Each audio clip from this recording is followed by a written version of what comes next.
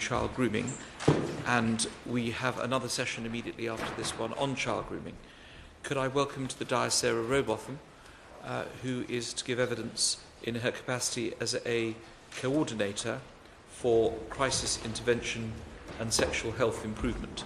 Thank you very much for coming to give evidence. Thank you for inviting me. Ms. Robotham, I'm sure you've been following the proceedings of the committee and the evidence we've received so far, so you can take it as read that we are aware of the allegations that have been made in the newspapers and the evidence that we've received from members of the council and others.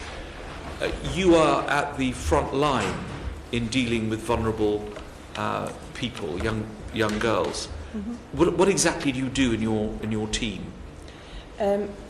We're a non-clinical sexual health support service. And can I just say, sorry, we're in one of the old rooms, so you will need to speak up. Oh, okay, sorry. We're a non-clinical sexual health support service, which ultimately means that we identify young people who are vulnerable in relation to their sexual health and provide them with support to improve their knowledge and their skills and their attitude towards their own sexual health and well-being. We were tasked by the Public Health Department, we were commissioned by the Public Health Department to identify young people who are the most vulnerable and support and improve their sexual health needs.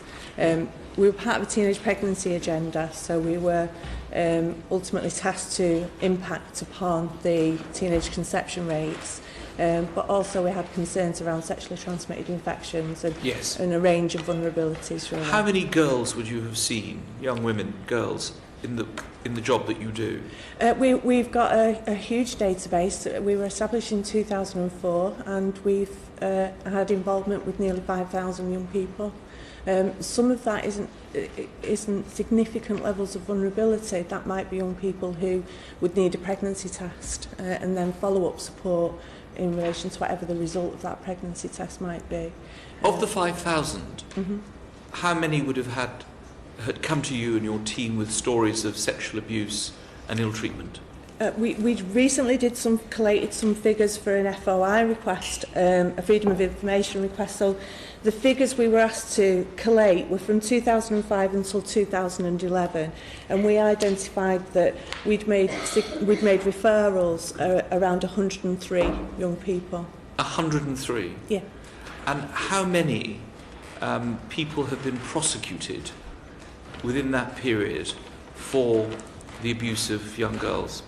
To my knowledge, in the case that I was involved in, and it was the most recent case, the high-profile case, there were 9. But I'm sure you're aware that one of those perpetrators was missing and wasn't able to attend court and didn't attend court. Now, what concerns do you have that you can tell the committee about the way in which the process operated in this area for dealing with vulnerable girls? We were making referrals from 2004, very explicit referrals which absolutely highlighted for protective services that young people were incredibly vulnerable. I tried to be as articulate as I possibly could to make the children's social care aware of the level of concern.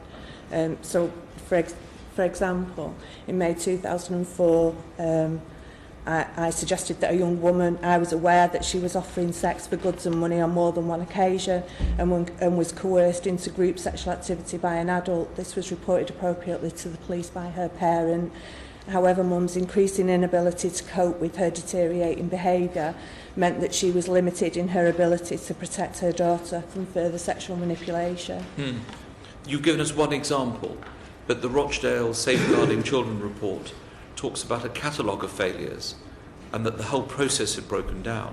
Would you agree with that? Who's to blame for the fact that so few people have been prosecuted, even though you've had a great deal of evidence? You're telling us about over 100 cases of young girls who had been abused.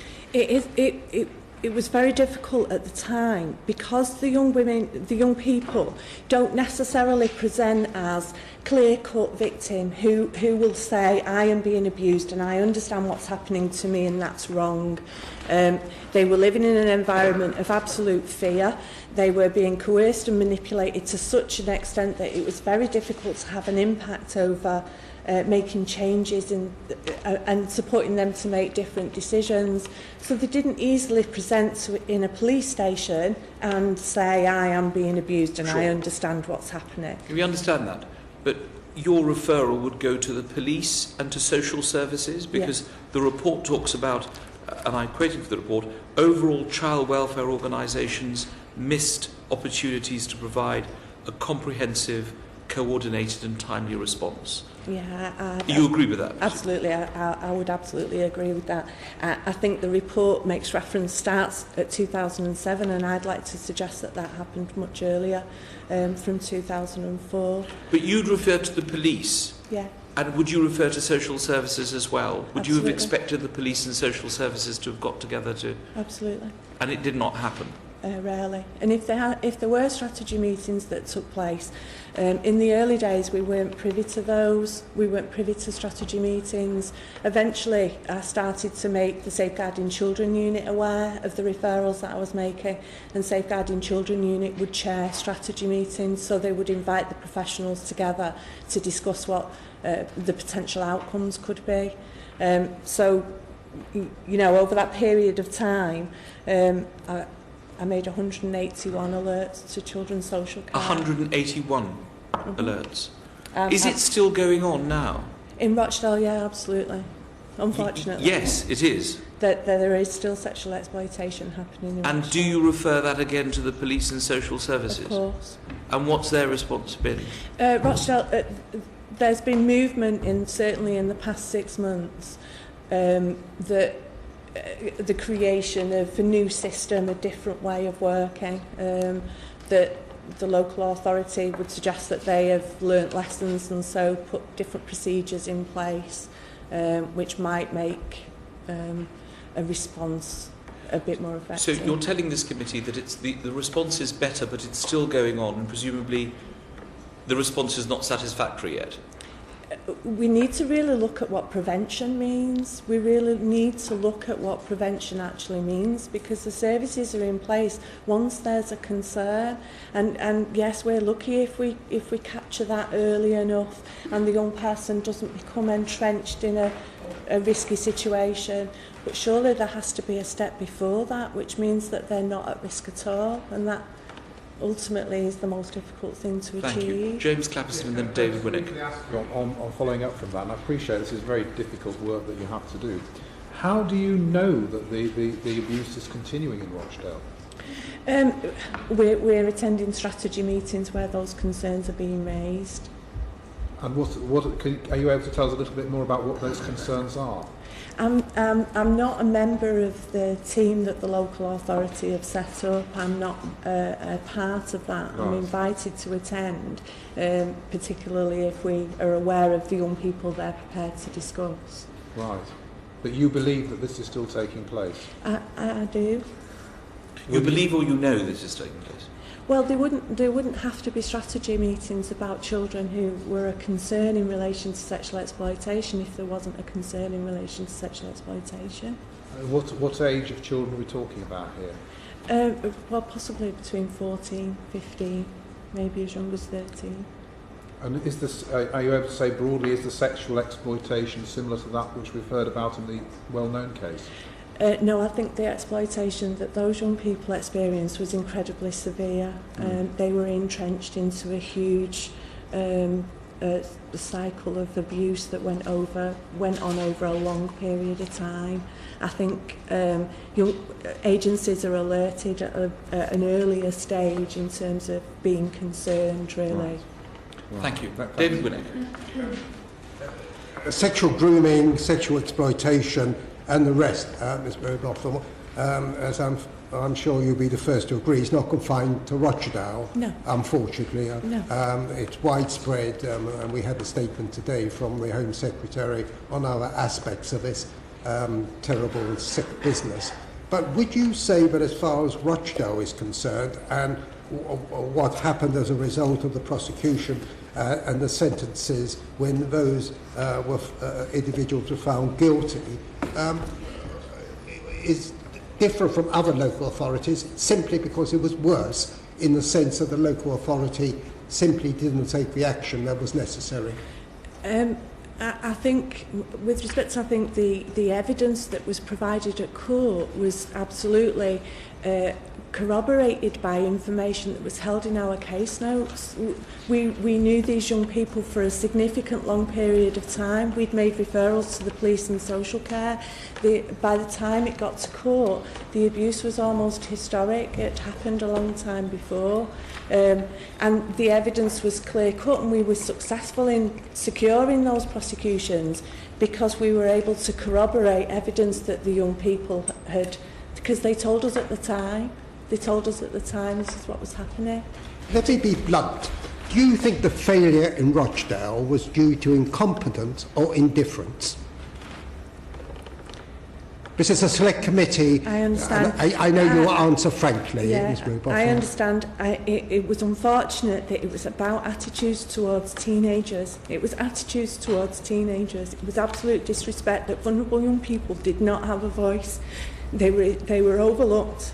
They were discriminated against. They were treated appallingly by protective services.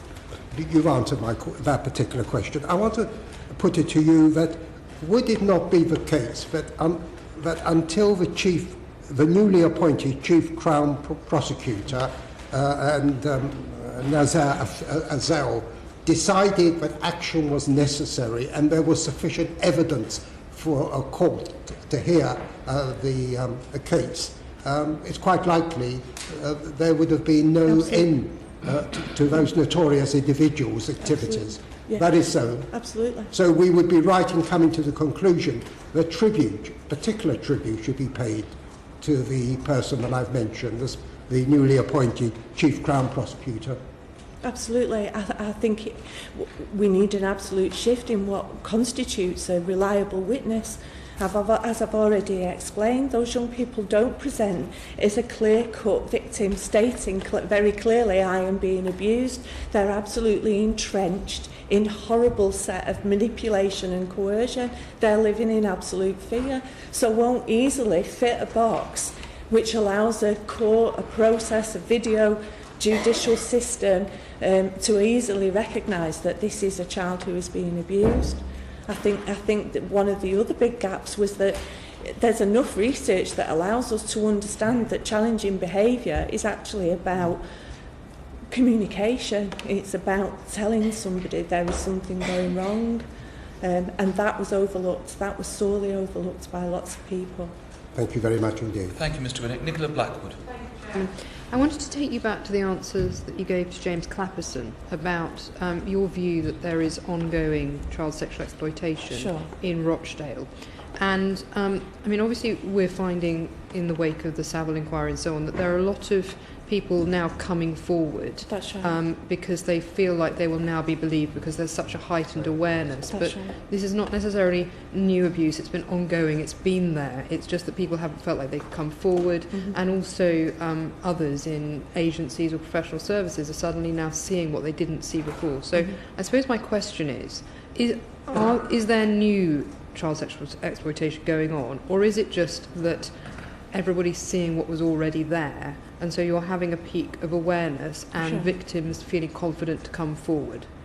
Yeah, I completely understand what you're saying. I wouldn't necessarily suggest that that's about victims coming forward. I think it's more to do with professional services and agencies in the community identifying what might be perceived as a concern. So it's workers who are suggesting we're worried about this individual, we're worried about what potentially could be happening to them.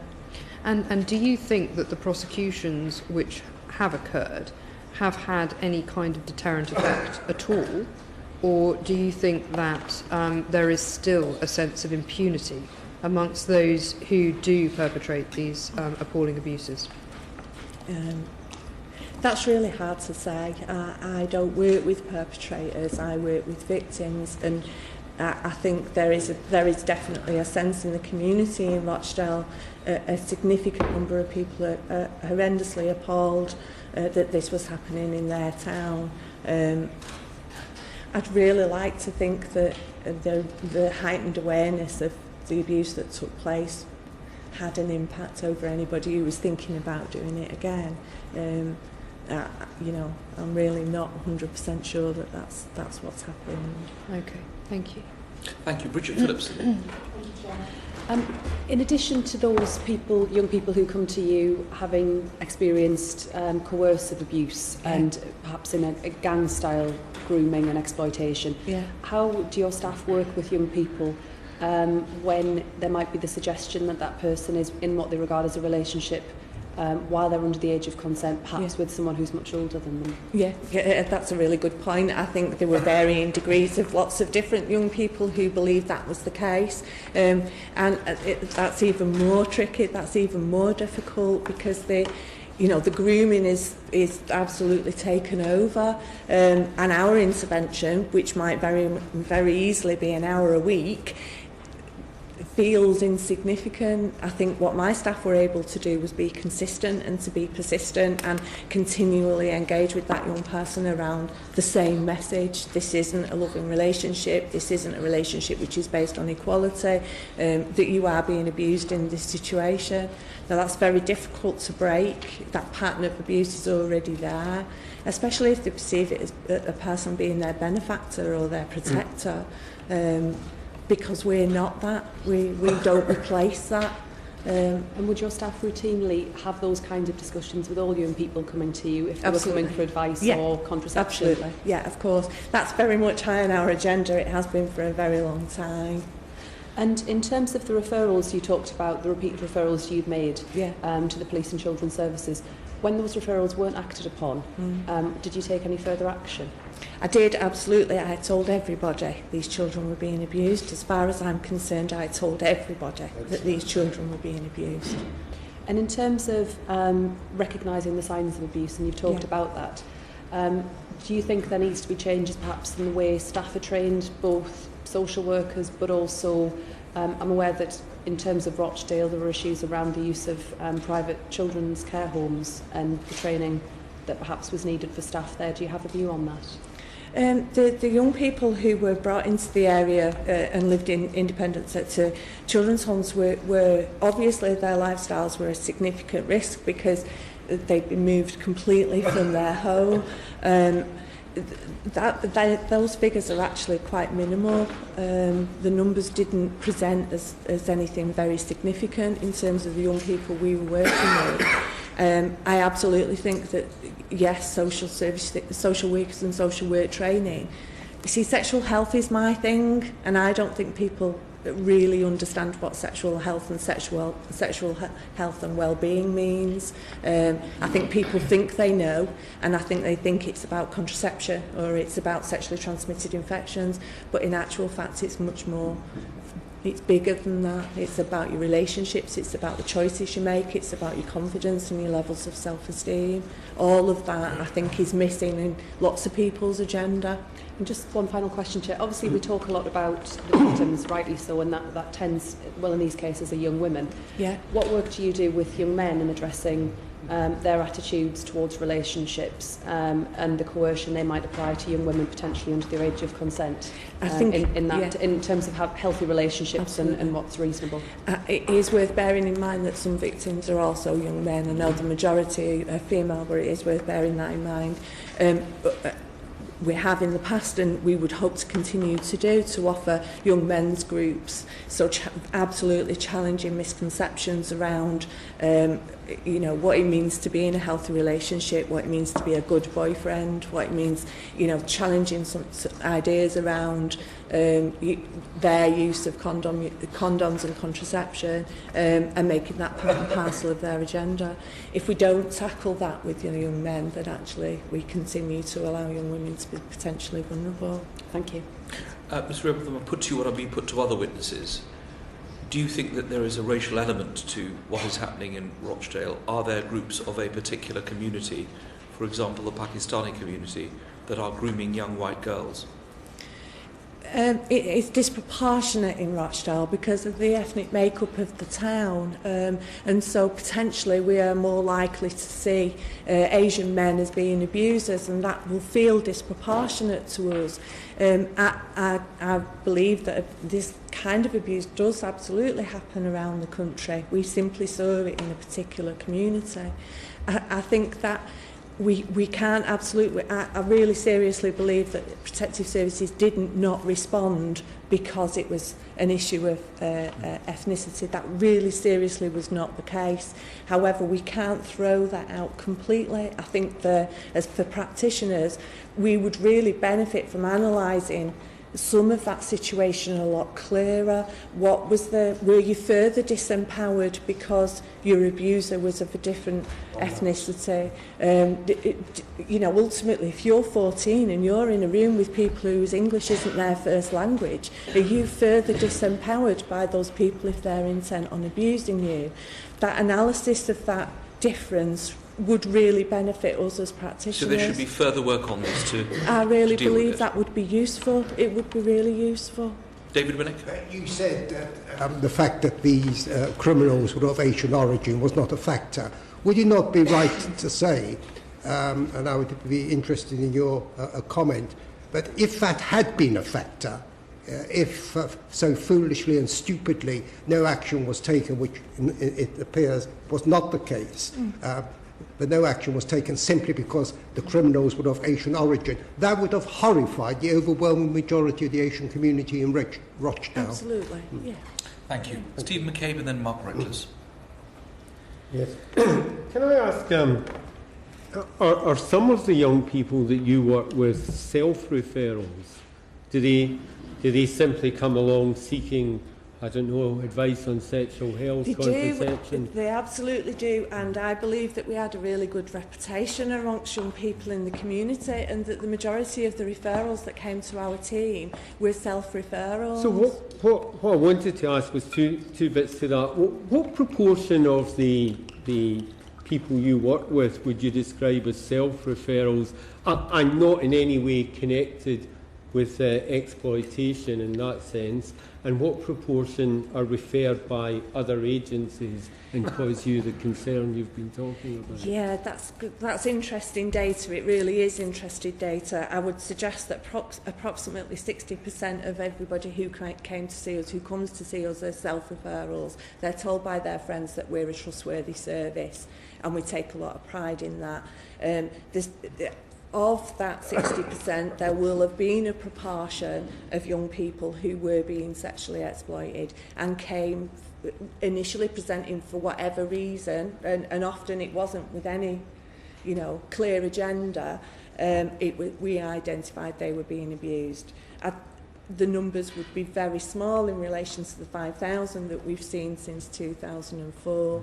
Referrals into the team, because we had really good networks in the community, we would get referrals from school health practitioners, from learning mentors, from teachers, from youth offending team.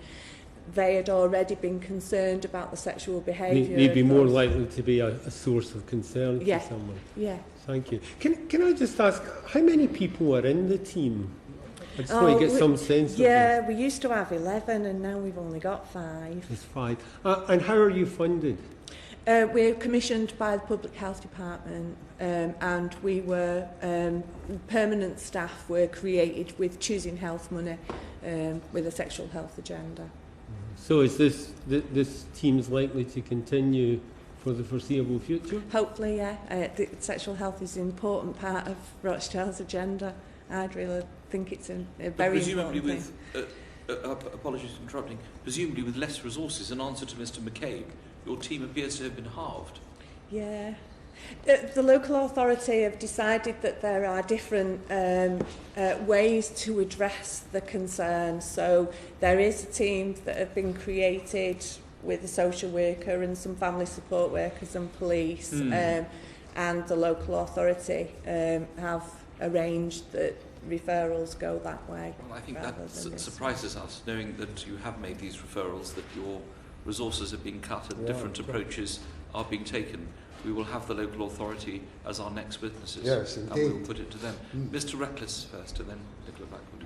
You spoke quite harshly about how vulnerable girls have been let down by those who really should have been responsible for safeguarding them. Do you think that the problems reflect individuals who had that responsibility, or the system for discharging that responsibility? I can't blame frontline staff. I think, you know, I'm a social worker. We're managed workers.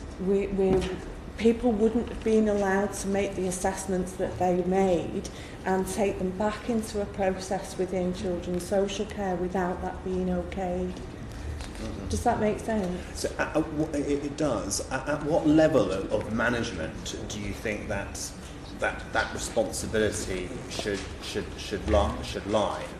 I think initial assessments will go back into a team manager at duty and assessment level, and it doesn't go any further if that's the bit that has been assessed as there are no concerns, and it's a manager as part of that team who ultimately approves or doesn't approve the decision. And can that be sort of one bad apple as a duty manager, or must it go further than that and mean several duty managers acting in that way, and therefore presumably the person above them being responsible? Yeah. We made 100, and, you know, we alerted 100 in relation to 103 young people. There wasn't one consistent duty and assessment manager who would be held responsible. There were a number over a period of 6 years. And the responsibility for that management oversight, would you be more inclined to hold perhaps the director of social services responsible, or would you look higher up the council towards the chief executive function? That's really hard for me to say. I think that there was a culture within an organisation that allowed people to make the assessments and behave in the way that they did. Who creates that culture and who allows that culture to continue? I didn't work there. I was simply on the receiving end of it. So who you know, established it so that they behaved in a particular way? That's very difficult for me to say. Are you aware of any social workers or managers within social services leaving the employ of Rochdale because of concerns about that culture? I would say that the makeup of the services that we were working with in 2005 is very different now. You know, and lots of individuals move on for all kinds of reasons, don't they? Thank you, Mr. Reckless. We have a supplementary from Nicola Blackwood, James Clapperson, and then Julian. Thank you, Chair. Just a very quick question to follow up from the comment about the cut in the number of staff. Yeah. I just wondered when in this process that occurred. So at what point in terms of the Rochdale case that happened? Sort of was it in response, in the reorganisation? There was a number of staff who were on short-term contracts and their funding wasn't renewed. We had a trained worker who was part and parcel of the specific sexual exploitation team, and that was funded by the local authority, and that funding stopped this year on the 31st of April. Okay. But I assume that the decision was made in some kind of strategic way. So was the decision made subsequent to the prosecutions, before the prosecutions, once it became evident that there was such a significant problem? Was it made once this safeguarding report came out? It was all part and parcel. I was absolutely telling a significant number of people that funding was at risk and that person was at risk. And it ran concurrent in relation to the report. That was part and parcel of shouting. So you had 11 people until when? Sorry, the 11 was taken piece by piece over, I'd say, the past 3 years, and the most recent one was the person who was working very closely with the police around bringing this prosecution forward, and her funding stopped on the 31st of April this year. Okay, thank you. James Clapperson. Yeah, I would like to understand what you would see as the best way of helping children who are identified as being at risk of sexual exploitation. Perhaps you could take us through what you do when you come across such a person, when you become aware that they're at risk of exploitation. I think the key for me is absolutely around persistence. It's about being persistent and also being consistent. You really have to. Young people won't keep appointments with you. They won't. You could tell them to come next Tuesday at 3 o'clock, and that won't they won't necessarily know it's next Tuesday at 3 o'clock. You have to be persistent and, you know, make sure you find them, make sure you are available to them equally if they come to you at 2 o'clock on Wednesday afternoon. I understand that. What sort of steps do you take to address their problems, and what do you encourage them to do? It's very much about raising levels of self-esteem, levels of confidence, and those are big words with, you know, working out what that means and breaking that down. There are definitely elements of good practice, and I believe we've got really rich data that would prove that that's what we were doing. Really simple things. If a young person did just turn up at the door, you would tell them how lovely it was to see them, you know, how pleased you were that they had taken the time out to come and see you. And have you seen any evidence that, for example, sex and relationship education can be effective in helping vulnerable young people to resist exploitation? Absolutely. I think, unfortunately, sex and relationship education can focus far too easily on the mechanics, right. And what bit goes where and how pregnancy and X and Y chromosomes. Sex and relationship education is really about making positive decisions about your own well-being. It doesn't necessarily have to even involve sex. Do you understand? It's something which is much broader than that. And can I ask you, is there anything, any measure or any one step which could be taken which you think would help to address the problem of child exploitation? Something which is not happening at the moment that you would like to see happen? I think, you know, agencies are working much better together than ever before. I think there are still gaps in terms of provision. I think we should learn from a national agenda. We should equally look at the evidence that we already have, the rich data that we already know about locally, and not necessarily we don't necessarily need to look outside. We've got that information locally. Dr. Julian Hubbard. Thank you, Chair.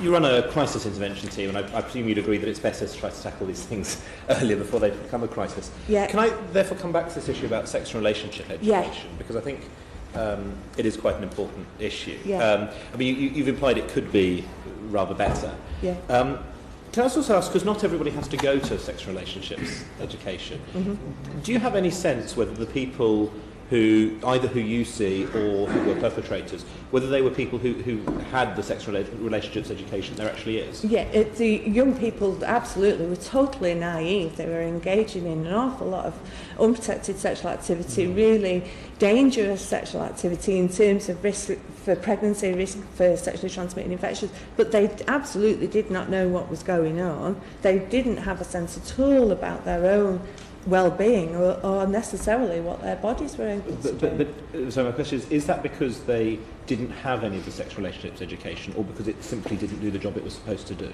A combination of the two. Some of the young people were school truants, they didn't attend school, they wouldn't have been present. Some of them had learning needs, which meant that the way that information potentially was delivered, they weren't able in a position to retain the information. That they sought information from elsewhere which wasn't necessarily the truth. And do you know if any of them opted out of sex relationships education? Not necessarily formally, Okay. necessarily formally, and say I'm not going to that lesson, but they might not have been there. And do you think it would help if there was a way of making sure that everybody got some sort of sex relationships education, or is it more important to actually make sure that the material that there actually is covers a wider range of issues, that it is about consent issues, around looking at domestic violence, exploitation issues? Yeah. Which do you think is most important, or are they both important? Absolutely, I think they're both important, but you know, it has to be delivered in a way which is going to be understood. Yeah. And in a school setting, sometimes that's easily received because there's your captive audience, but actually not everybody in that classroom setting is going to receive it in exactly the same way that is meaningful for them, which will have an impact on them, which means that they will change their behaviour, which is why we work on a one-to-one basis or in small groups. It has to be relevant to you, which means then that you'll have a shift in your knowledge, a shift in your attitude, and you'll be in a much better position to protect yourself. But even with your one-to-one work, you think there are still people who fall between the cracks and don't receive any? Yeah.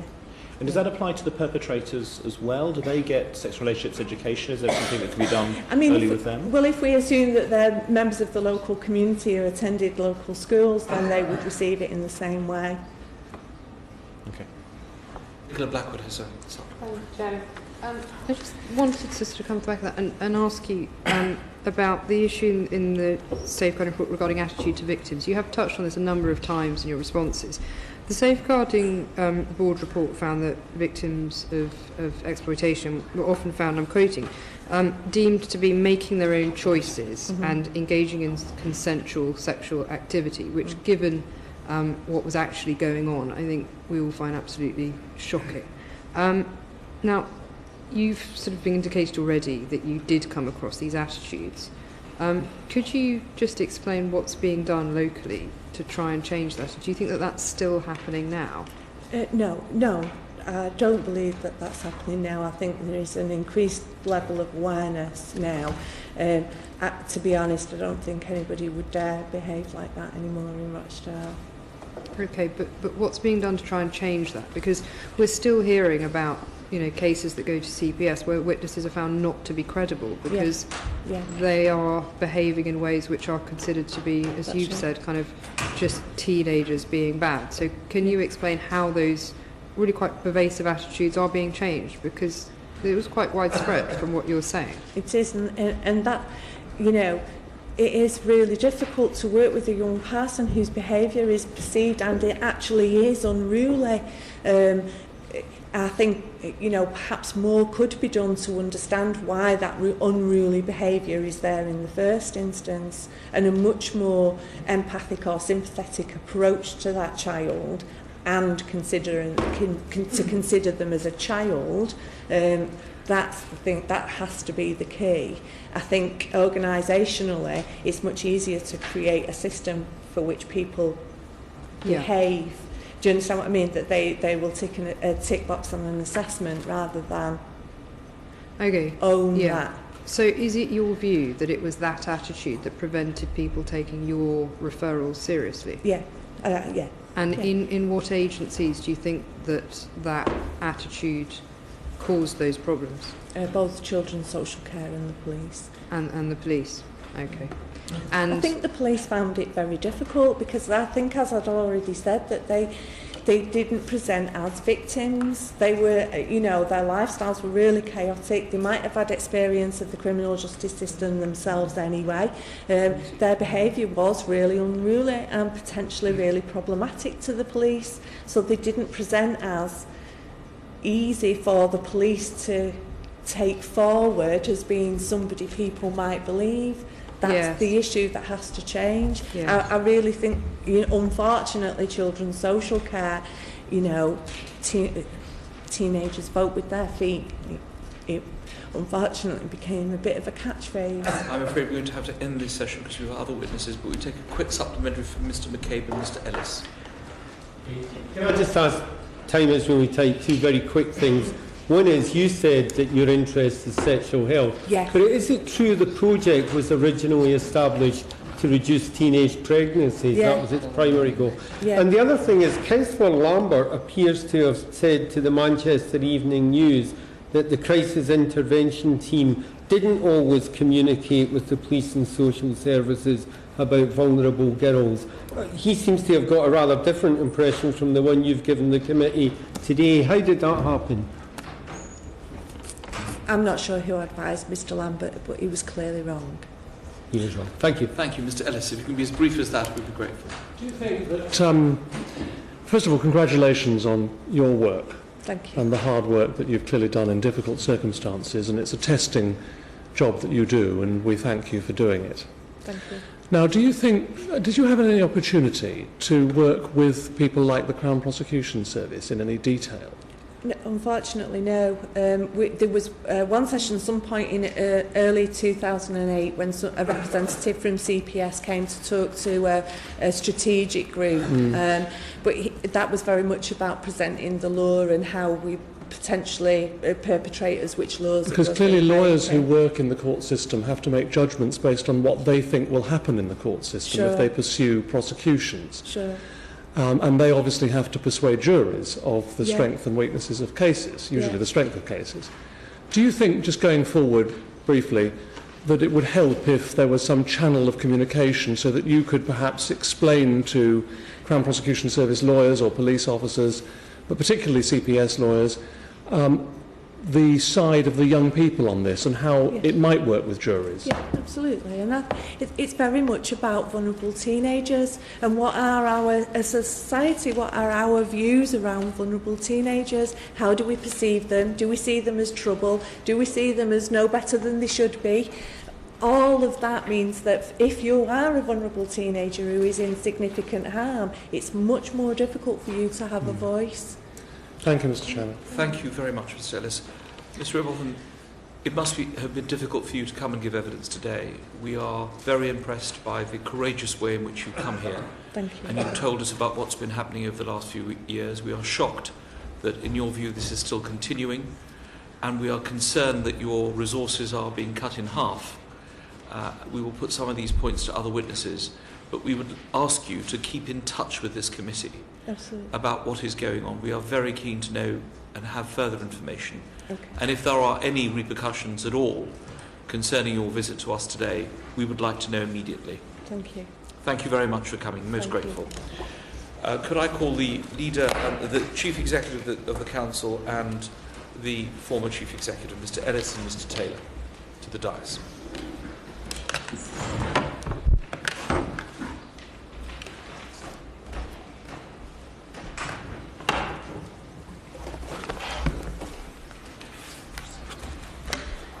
Mr. Taylor, Mr. Ellis, Mr. Taylor, this is your second appearance with this committee. Thank you very much. You've always cooperated most fully with us whenever we've asked for your help. And Mr. Ellis, thank you for coming for the first time. Now, we appreciate, Mr. Taylor, that you were not the Chief Executive. This was made clear when you gave evidence on the last occasion until earlier this year. However, you, Mr. Ellis, have been Chief Executive for 12 years. And until you left, you therefore were the principal officer of the Council. You must feel concerned, embarrassed, disturbed by what you read in the report that was published in September and the criticisms, the serious criticisms that were made. All of those feelings, also shocked and sick. If I explain how the management of the organisation worked and how information was dealt with, so that I can illustrate my position. I was Chief Executive. I had reporting to me 4 or sometimes 5 executive directors, one of whom was the Statutory Director of Children's Services. Right, can we have some names? We know that Cheryl Eastwood, Steve Garner and Elaine King have all left this year voluntarily. They weren't disciplined. You left voluntarily from the Council. I think round about the time of the successful prosecutions of the men who went to jail. Is that right? Who are we talking about? We'd like to know. Right. Through the period that we're talking about, yes. The Director of Children's Services from 2004 was Terry Piggott, who retired or left the authority in 2009 on a secondment. He left on a secondment a year ahead of his normal retirement date at 60. Secondment to where? To Bector, it's an education computer technology association. So he left the authority in 2009, and at that time we were recruiting Cheryl Eastwood. Cheryl started in March 2010, and there was somebody called Steve Titcombe, who was the interim Director of Children's Services from October 2009 until March 2010. Right. So Cheryl Easton worked from 2010 to 2012 and left this year. And Steve Garner, what was his position? He was the head of children's social care, so he reported directly to the Director of Children's Services. Who was Cheryl Eastwood? Who was Cheryl Eastwood. He was appointed in the summer of 2009. And Elaine King? Elaine King, I don't know. I knew her name, but I'm not sure of her She's position. the Safeguarding Children's Unit Manager. Right, okay. You mean to tell this committee that you knew nothing about what was going on?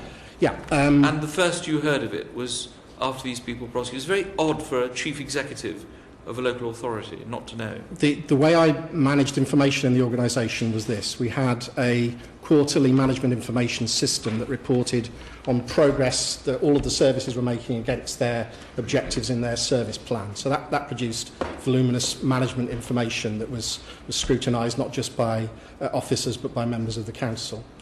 In addition to that, the Director of Children's Services, along with all of the other executive directors, had their own set of objectives, and I held a quarterly performance management meeting with those directors to go through. That's extremely helpful. Can I just? Yes. I think the key bit is just coming. Right. In addition to those formal arrangements, I had arrangements in place where I wanted no surprises. So the instruction right throughout the organisation was, if there's anything of significance, of controversy, of difficulty going on, I want to be told about it. Sure. And throughout the period of office of both of all of those directors of children's services that I've mentioned, they were quite assiduous at telling me about things that were happening in their area of responsibility. So being assiduous, they would have told you about all of this? They told me about a lot of things. They told me about a lot of things. They did not tell me about this. Well, clearly, though it's helpful, I mean, Rochdale Council is not the Pentagon, and therefore all these management arrangements are perfectly fine. What the committee is interested to know is what you knew, when you knew it, because you must know the existence of the Sunrise Unit, which was set up specifically to deal with these issues, because it's referred to in the Safeguarding Children's report. You must be aware what the Sunrise Unit was. I became aware of the Sunrise Unit when I joined the Children's Safeguarding Board, when that was reorganised towards the end of 2010. And the fact that it took 2 years to set up. Prior to that, I hadn't heard of the Sunrise Unit. So nobody told you anything about any child abuse, allegations of any kind, in the 12 years that you were the Chief Executive of Rochdale? The first I heard of these allegations was when I was told by Cheryl Eastwood in 2010 about the arrests that had taken place. Yes. All right, let's take it to 2010, which presumably was a public event. If somebody is arrested, it would have been in the newspapers. So you got your despite having all these management information setups, the first you discovered was it was in the newspapers and Cheryl Eastwood told you. What did you do after that? Well, I joined the Children's Safeguarding Board, who put in place some arrangements that were being managed by Steve Garner, reporting to Cheryl Eastwood, to oversee the work that was being done to deal with the victims and to try and improve the situation. But the report into what's been happening even in the last 2 years has shown serious errors by the council. Yes, and I found out about those errors when I read that report. And you didn't know anything between 2010 and 2012, even though you were sitting on the board? I knew that the prosecutions were pending, and I knew that some work was being done to try and improve the arrangements that were in place. Why did you leave the council after 12 years? I left the council for a number of reasons. The financial crisis that was facing the authority meant that we were having to seek volunteers for early retirement, and I was signing the letters to people asking them whether they would want to be considered for early retirement. Late in 2010, I took the decision that it was probably a good idea for me to show some leadership and to offer my own early retirement. My early retirement was agreed by the council in February 2011. But you left in 2012? The agreement that I should take early retirement was agreed by the council in 2011. I left in 2012. Did you get a redundancy payoff? I got a redundancy payment. Can you tell the committee how much that was? I'm subject to a confidentiality agreement, so neither I nor the council. And when Cheryl Eastwood left and Steve Garner left, did they get payments by the council? I don't know, because that was after I left. Mr. Taylor will be able to assist us. So you're telling this committee that despite the fact that very many people knew in Rochdale what was going on, you did not know till people were arrested. That's right. And between 2010 and 2012, you also had no idea what was going on. I knew that there were prosecutions pending. That's all. Yeah. You didn't ask what was going on. You didn't ask whether any children were in the care of the local authority. You didn't ask your social workers or your director for any reports. I did ask that question about care of the local authority, and I was told that none of the victims in the prosecution were in the care of Rochdale, that one was in the care of another local authority and placed in a private children's home in Rochdale. What would you like to say to the victims now that you've had this report and now that you've received the news about the prosecutions in May? As a chief executive of a local authority, I feel responsible for everything that goes on in the local authority, whether I know about it or not. So I feel a deep sense of responsibility, a sense of regret for what happened, embarrassment at the failures that seem to have occurred, but I don't feel any sense of personal culpability. I've questioned my conscience throughout the last few years about this to see whether there was anything I could have done differently at the time, but with the benefit of the information that was available to me, I don't think there was anything I could have done. You question your conscience now, yes, rather than over the last few years? I say over the last few years, throughout. So you've known throughout? No, ever since I can't question my conscience about something I don't know about. That's what I was... But ever since I found out about the prosecutions and the cases, the allegations that were being made, I felt heartbroken about that and deeply concerned about what was happening. And did it worry you that these wonderful management systems you set in place didn't really work? I can't explain why I wasn't being told what was happening. I can only assume that if what was happening was that staff in children's social care were disbelieving people who are going to them and presenting in whatever way as victims of sexual abuse, if staff weren't believing that, if they didn't apply proper credibility to what people were telling them, it's maybe not surprising that they don't go and then report that to their senior colleagues. Thank you. Nicola Blackwood. Reading from the report that's come forward, and it says that between January and December 2007, the Sexual Exploitation Working Group that was set up under the auspices of the Rochdale Borough Council identified 50 children and young people who were considered to be affected by or at risk of sexual exploitation, and that 3 individual perpetrators were reported to have been convicted as a result of police investigations with that. Is that the kind of incident that you would have been expected to have been informed of as something which you didn't want to be surprised by in your system? So can you explain why you weren't informed by that? No, I can't explain that. And do you think that someone within children's services should be held accountable for that? If it was to the knowledge of children's services that sort of thing was going on, they should pass that information. Well, it was the Sexual Exploitation Working Group which was reporting within children's services, so they must have known about it, and there were also prosecutions. Yes, so they can't have not known about it. So I should have been told about that. Yes. Okay. Thank you. Steve McCabe. I'll just ask 2 points. The first one is, was there no external inspection of children's services during this period? Yes. Presumably that gets reported to the Chief Exec. Yeah, there were 3 Ofsted inspections, 2009, 2010. And none of those indicated any problem with the level of service at all? There were some issues in the reports, and one of the things that we did as a result of the 2009 inspection was to increase the resources available to children's social care by £1 million. What sort of things did they flag up? It was about, Ofsted inspect process, they inspect files, yes, they review how the organisation is working, and they raised some issues about procedures. But they didn't raise anything that caused you any... There was no mention of child sexual exploitation in any of those reports. One last thing.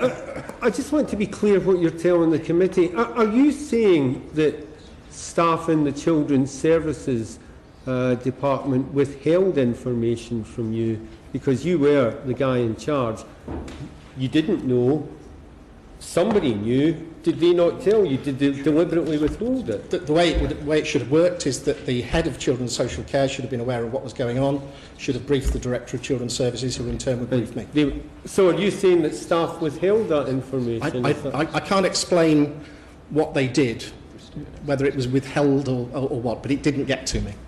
Right. Can I ask one last thing on this, Chair? Before you decided to leave, by which time you were aware of some of the problems, did you think to instigate any sort of inquiry into how that information didn't reach you? Well, I didn't know, because I didn't know, for example, about... Well, you did before you left, that's what I'm asking. I'm just trying to understand, you know, this is difficult for you, I think for everyone, I understand that, but what I'm trying to ask is, you should have known. The reason you didn't know was because someone didn't tell you. By the time you'd made the decision to leave, you were then aware of the scale, or at least to some extent you were aware of the problem.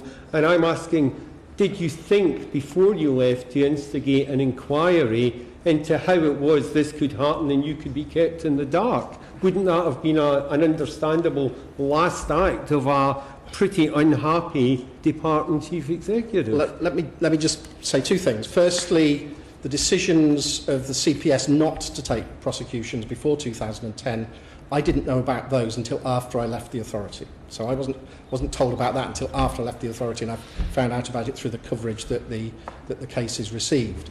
I didn't know about the extent of what had gone on before the arrests that took place in 2010.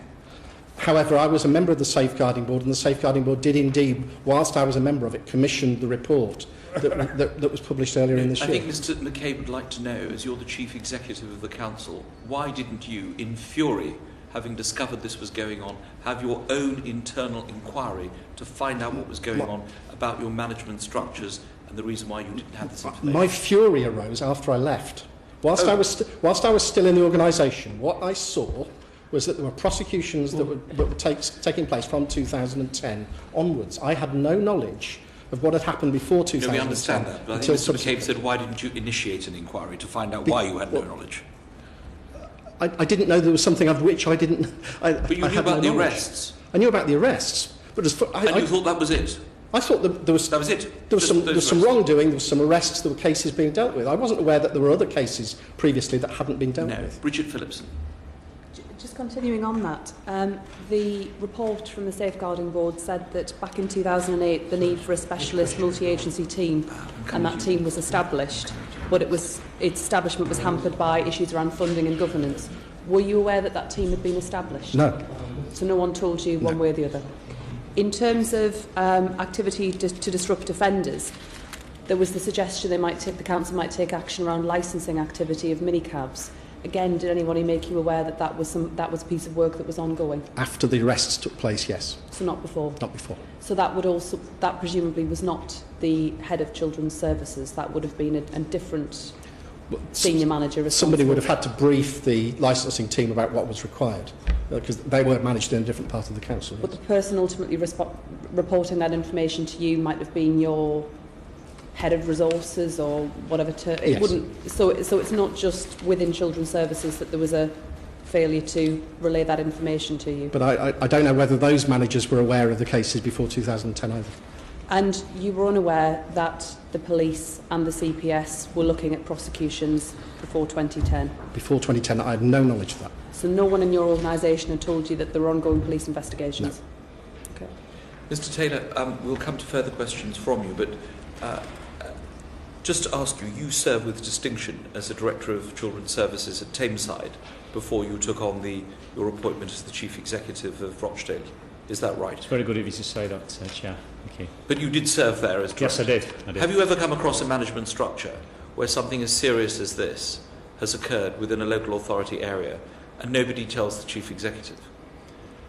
I arrived in May this year, and I was surprised that when I asked questions about what investigations had happened, I was aware that the IPCC were looking into the police activity. I was aware that the CPS were reviewing their actions, and I asked the questions about what was happening within the council, and nothing was happening. So I instigated an independent review of the processes, which is due to report, and I also started to unpick some of the files that have been referred to earlier to see whether or not there had been practice that is unacceptable, and clearly the report indicates that there had been unacceptable practice.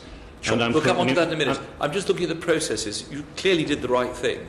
You discovered something was going on and you instituted an inquiry, which is different to what happened before you arrived. But can I just ask you, in terms of what you have heard, is it possible in a local authority for something as serious as this to have been dealt with at director level and the Chief Executive not know? Well, I can only speak from my experience elsewhere, sure. And each council has its own way of operating and its own people working within that council.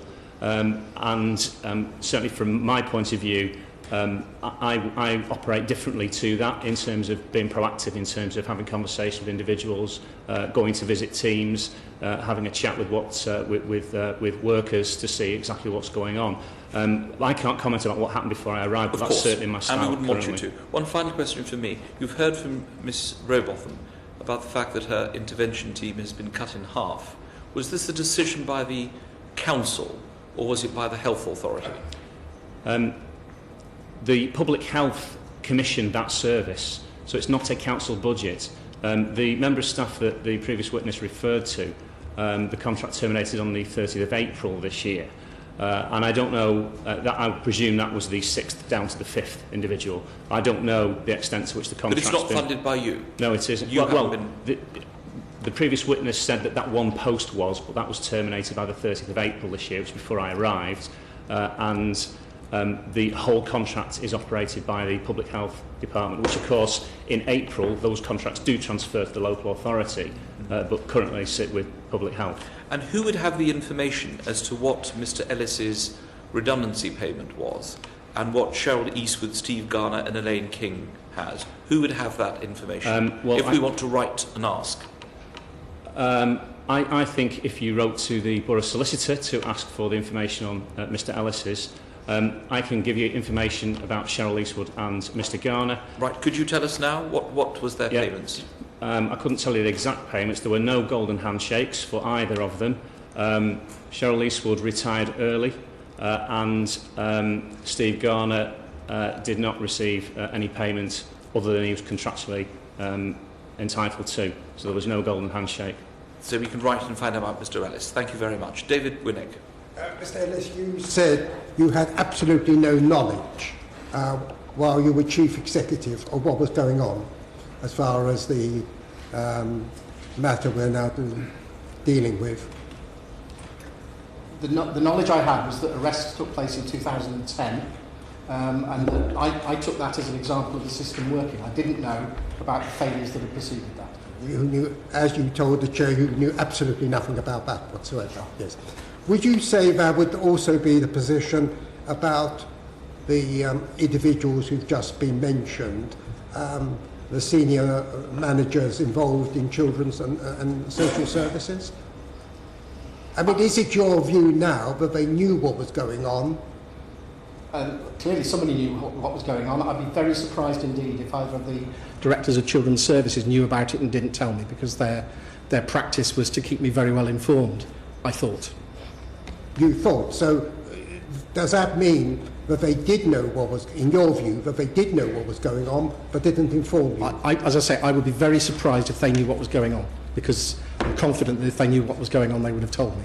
So are we therefore to come to the view that while this form of sickening criminality was going on in Rochdale, where young females of the ages which have been described were so exploited, all those senior managers, including yourself of course, all those senior managers involved in the children's services, social services and the rest, never knew a single thing? I don't know to what level the knowledge reached. It certainly didn't reach me, and I'd be, as I say, very surprised if the Director of Children's Services knew about it. So, somewhat remarkable, isn't it? Yes. To say the least. Thank you. Thank you, Mr. Winnick. James Clapperson. Bridget Phillipson. Pick up on the point there. You say you'd be surprised if the Director of Children's Services knew. But can you really be surprised? Because apparently nobody told you anything. So The people told me quite a lot of things, but they didn't tell me about this. And I can only, as I say, I can only assume that if what was happening in children's social care was that people were not being believed, that they were not taken seriously, that, it seems to me, would explain why information about something which the workers weren't taking seriously wasn't passed up the line to the chief executive. If they were taking it seriously, they probably would have passed it up the line. But there were police investigations. The CPS were looking at charges. Surely someone more senior than a social worker on the ground would have known that that was going on, even if it wasn't you. I would have thought so, yes. In terms of the prosecution of offenders, what impact did the decision of the CPS not to prosecute have on how Rochdale handled the cases? I don't know, because I didn't find out about that until after I left. I'll leave it there. Thank you. Nicola Blackwood. Thank you, Chairman. Mr. Ellis, Is your claim incompetence rather than conspiracy? Not sure I would want to choose either of those words. If what was happening was that people were not... So I'm sorry, but if you're saying that neither yourself nor the head of Children's Services was aware that child sexual exploitation on this scale was ongoing, even though a sexual exploitation working group had been set up as early as 2007 and had identified already by then 50 children and young people who were considered to be affected by sexual exploitation, and yet neither your department head nor yourself were informed, then what other conclusion can the committee draw? Well, clearly the information was withheld from me. I don't know then why. That's conspiracy. I don't understand why that would be withheld. Why would that information be withheld? It'd either be... I can't explain that. You can't explain it. Okay. Can I ask, the report describes the way in which victims were told by their abusers that nobody would believe them because they were prostitutes. And is that your view, that victims were in fact treated as though that's what they were doing, consensually behaving as prostitutes within Rochdale? That's what I've read in the Safeguarding Board report. And yet you personally came across none of this. You didn't engage with the police on this issue even once. You didn't engage with your crisis intervention centre on this issue, which we've heard they were engaged with on a daily basis. You didn't engage with social services at all during your time of 12 years. I engaged with them. I spoke to groups of staff, I met staff, I went around the department, but I did not know about these particular issues. Did you ask about child protection issues? Yes, regularly. During the period following the Laming report, I instituted a series of monthly meetings with both the Director of Children's Services and the Head of Children's Social Care. Those were so the monthly meetings were more regular than the quarterly meetings. Yes. And in these monthly meetings, did you raise the issue of child sexual abuse? No, because I wasn't aware that there was an issue at that time. Not even generically? No. So what did you talk about in the child protection meetings? We talked about a range of indicators about numbers of children in care who had assigned social workers, about vacancies in the social work teams, and about the processes that were being followed to ensure that reviews of cases were being undertaken. All of the indicators that Laming identified in the report following. You talked about processes, but you didn't talk about the risks that they were being exposed to. No, we talked about processes. We didn't talk about individual cases. Okay. And so at no point did anyone raise with you any concerns that there were any worrying cases out there affecting young people in your area in 12 years? Look, I was told about cases involving injuries to children, about young children having to be taken into care, those kind of things, but never was child sexual exploitation mentioned to me. So in your 12 years you thought Rochdale was a zone where no abuse could happen, because you never asked, whereas Mr. Taylor arrived as your successor, and within days he'd set up his own inquiry. He was actually looking at files. The trial started in February 2012. But you were informed in 2010. You knew there was a problem. I knew there'd been arrests. But you knew there was a problem. People don't arrest people for fun, do they? And the Children's Safeguarding Board put some work in place that was being overseen by the Director of Children's Services. Stephen McCabe.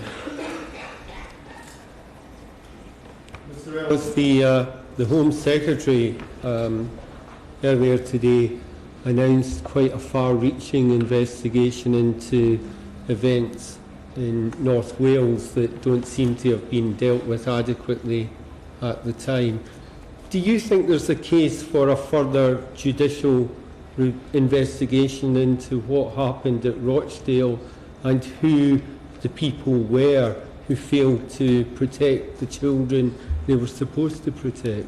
Well, as I understand it, there are two processes in place at the moment. One is a series of serious case reviews into the... Yeah, I'm not asking about... I'm asking about a judicial process to identify the people who failed to do the job they were being charged with doing. In addition to that, there's an internal review that Jim has commissioned. Yeah, that's an internal review. I'm asking... I think it'll be in the light of that. I'm only asking your opinion, Mr. Ellis. I'm asking if you think, given what's happened, there is a case for trying to track down the people who failed to do their duty by these children? I would say, I'm asking your opinion. I would say yes to that, to the way you've just put it. I think that's what Mr.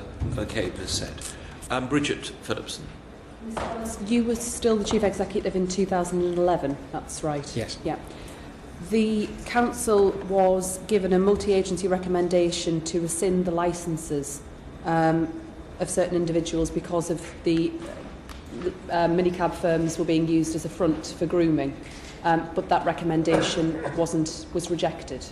Were you aware of that? No. Were you aware there was any work going on at all in the area of licensing and the concerns that linked between licensing and child exploitation? I was aware that there was some work going on at that stage, but I didn't know about that case that you just referred to. But it was a multi-agency recommendation to rescind those licences that wasn't acted upon. So I've read since, yes. But you weren't aware of it at the time? No. Okay, thank you. Mr. Reckless, Mark Reckless. Why did you join the Children's Safeguarding Board towards the end of 2010, but not before? Because I was invited to join. It was at a time before 2010. The Director of Children's Services was the chair of the Safeguarding Board. The decision was taken in 2010 to seek an independent chair. An independent chair was appointed, and she decided to restructure the Safeguarding Board and invited myself and a number of other people to join the board who hadn't previously been involved. But as the Chief Executive of the organisation, why was it that you awaited for an invitation to join this board rather than proactively considering whether it might be appropriate for you to be a member of it? I'd raised that with Terry Piggott, who was the former Director of Children's Services, and he didn't think it was necessary, but I constantly made the offer. If there's anything I can do to help, please let me know. Terry Piggott didn't make that offer. I mean, he was the head of Children's... He was the Director of Children's Services until 2009. Sure. Can I ask, just while I'm on that subject, did he have a background in education or in social care? In education. And Shell Eastwood, was she... She was social care. Okay. And the chair of such a sort of committee, would it be a surprise if the Social Services Department, whose conduct might be scrutinised by that committee, preferred to have its head chair that committee rather than have independent scrutiny? No, I wouldn't be surprised by that. Okay. Were you aware of the sexual exploitation working group being set up in 2007? No. You said earlier that you were unable to tell us as to what your payoff was from Rochdale Council on account of a confidentiality agreement. Just to clarify whether the answer may actually be that you would prefer not to tell us, could I ask, would you be prepared to waive that confidentiality? I would if the council would. Mr. Taylor, could I ask if you'd be prepared to waive that confidentiality agreement? If it's my decision to make, I would. Okay. If it's not your decision to make, would you be prepared to make a recommendation to the council that such a confidentiality be waived? Could I also ask if you were aware that a few months ago I asked the Home Secretary how much someone called Brodie Clark was given as a payoff, and she refused to answer initially on the grounds of confidentiality agreement, but was later instructed by the National Audit Office to make that disclosure. Thank you, Mr. Reckless. Michael Ellis. Thank you. Now, I noticed that over half of the children identified as being at risk in Rochdale were in education. So what role do schools have to play, do you think, in identifying children at risk of exploitation? Mr. Taylor? Schools are the one organisation that is at times a constant in young people's lives, and I think it's really important that schools are able to assess risk very, very early, as the previous witnesses explained. Because it's only if we can intervene early and see some of these early signs, like non-attendance at school, like mood changes, etc., that questions can be asked. And I do think that schools are better equipped these days to see those signs. And certainly some of the work in Rochdale we've done, where we've put some awareness-raising sessions in place. We've touched over 10,000 young people within each high school in Rochdale, and they've been very, very helpful. And the young people hopefully will have gained in confidence. And of course, this issue has been very high profile in the media locally, and so that awareness has been raised. Do you think better training for teachers and others who work regularly with children to recognise the signs of grooming and sexual exploitation would be a good thing? Yes, I think it would. There has been training in place, and I think it would be interesting just to evaluate that training at the moment to see whether or not it's been effective enough or not. But I certainly do think that training in this issue, as it is a national issue, is very, very important, particularly for schools. But I would also say for every person who works, not necessarily with young children. We're rolling out a programme of safeguarding training for all our council staff. People who are on frontline services, not necessarily dealing with children, do see things and would have to know where to report them and have the confidence that when reported, something will be acted upon and they get some feedback. Mr. Ellis, you were Chief Executive for 12 years. What about your views? Do you think that better training of teachers would help in this regard? Of teachers and of a wide range of other staff who have any contact with children in one way or another. Was any mechanism in place during your time as Chief Executive that might have helped in that way? There was an organisation called the Real Trust, which stood for Rochdale Education and Learning, which was established to improve the quality of the teaching workforce in, I think, 2002. When the Children Act was brought in, the decision was taken to widen that trust to include the full children's workforce.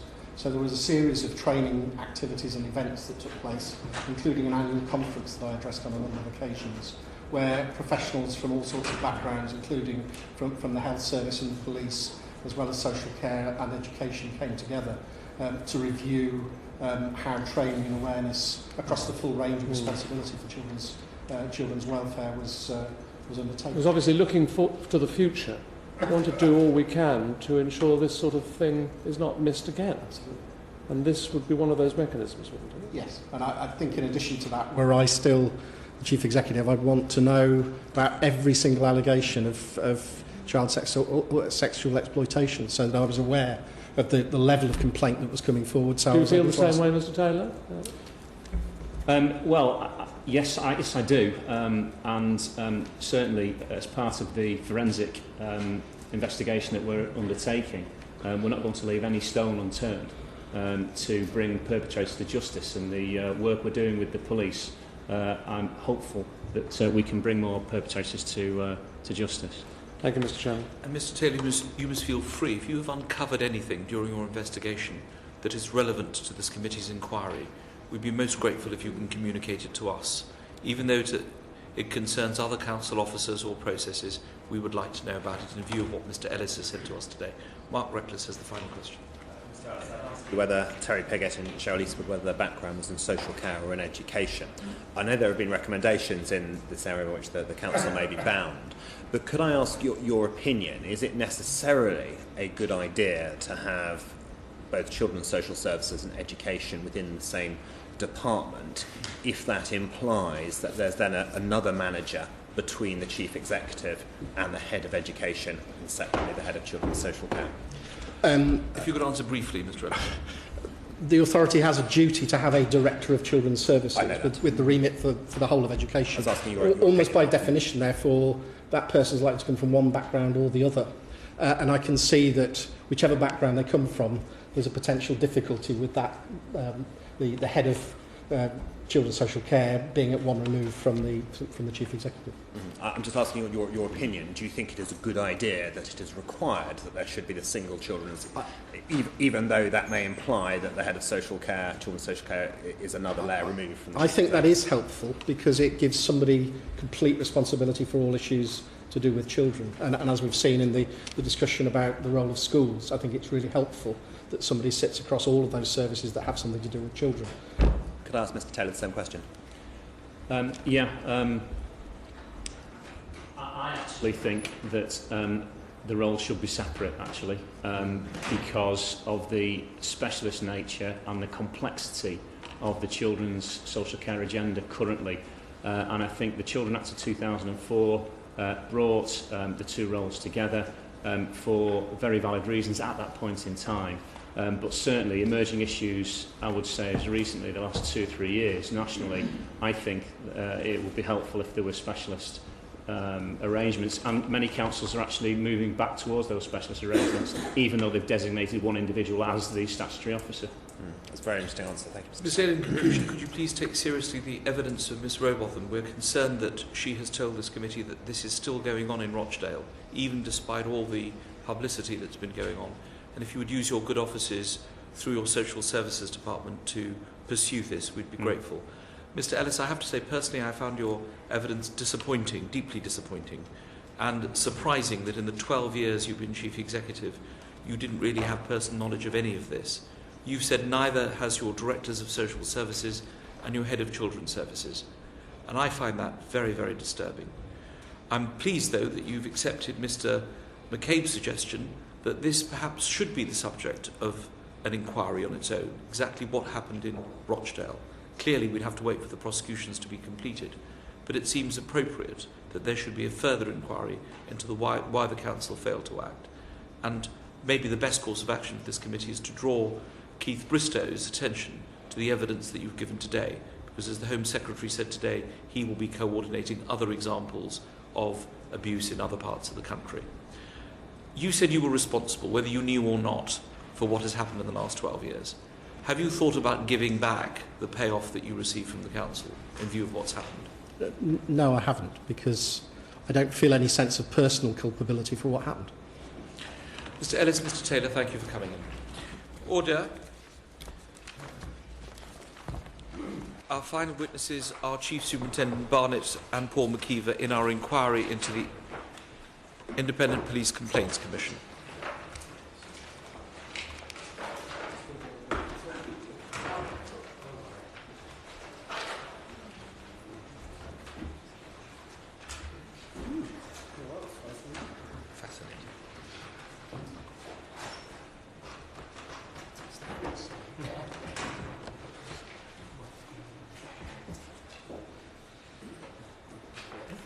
We'll write to the borough solicitor and ask him how much. We'll write to the borough solicitor.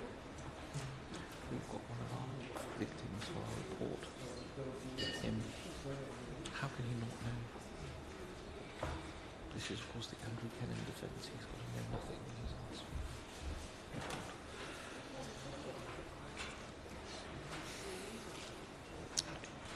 asked. Mr. McKeever, Mr. Barnett, please accept the apologies of this committee. We are also conducting an inquiry into child grooming, and our last two witnesses provided us with fertile opportunities to ask questions. Thank you very much for coming. If I can start with a general question. The committee, as you know, is looking at the IPCC. Some suggest that the IPCC should be abolished. Others believe it should be reformed.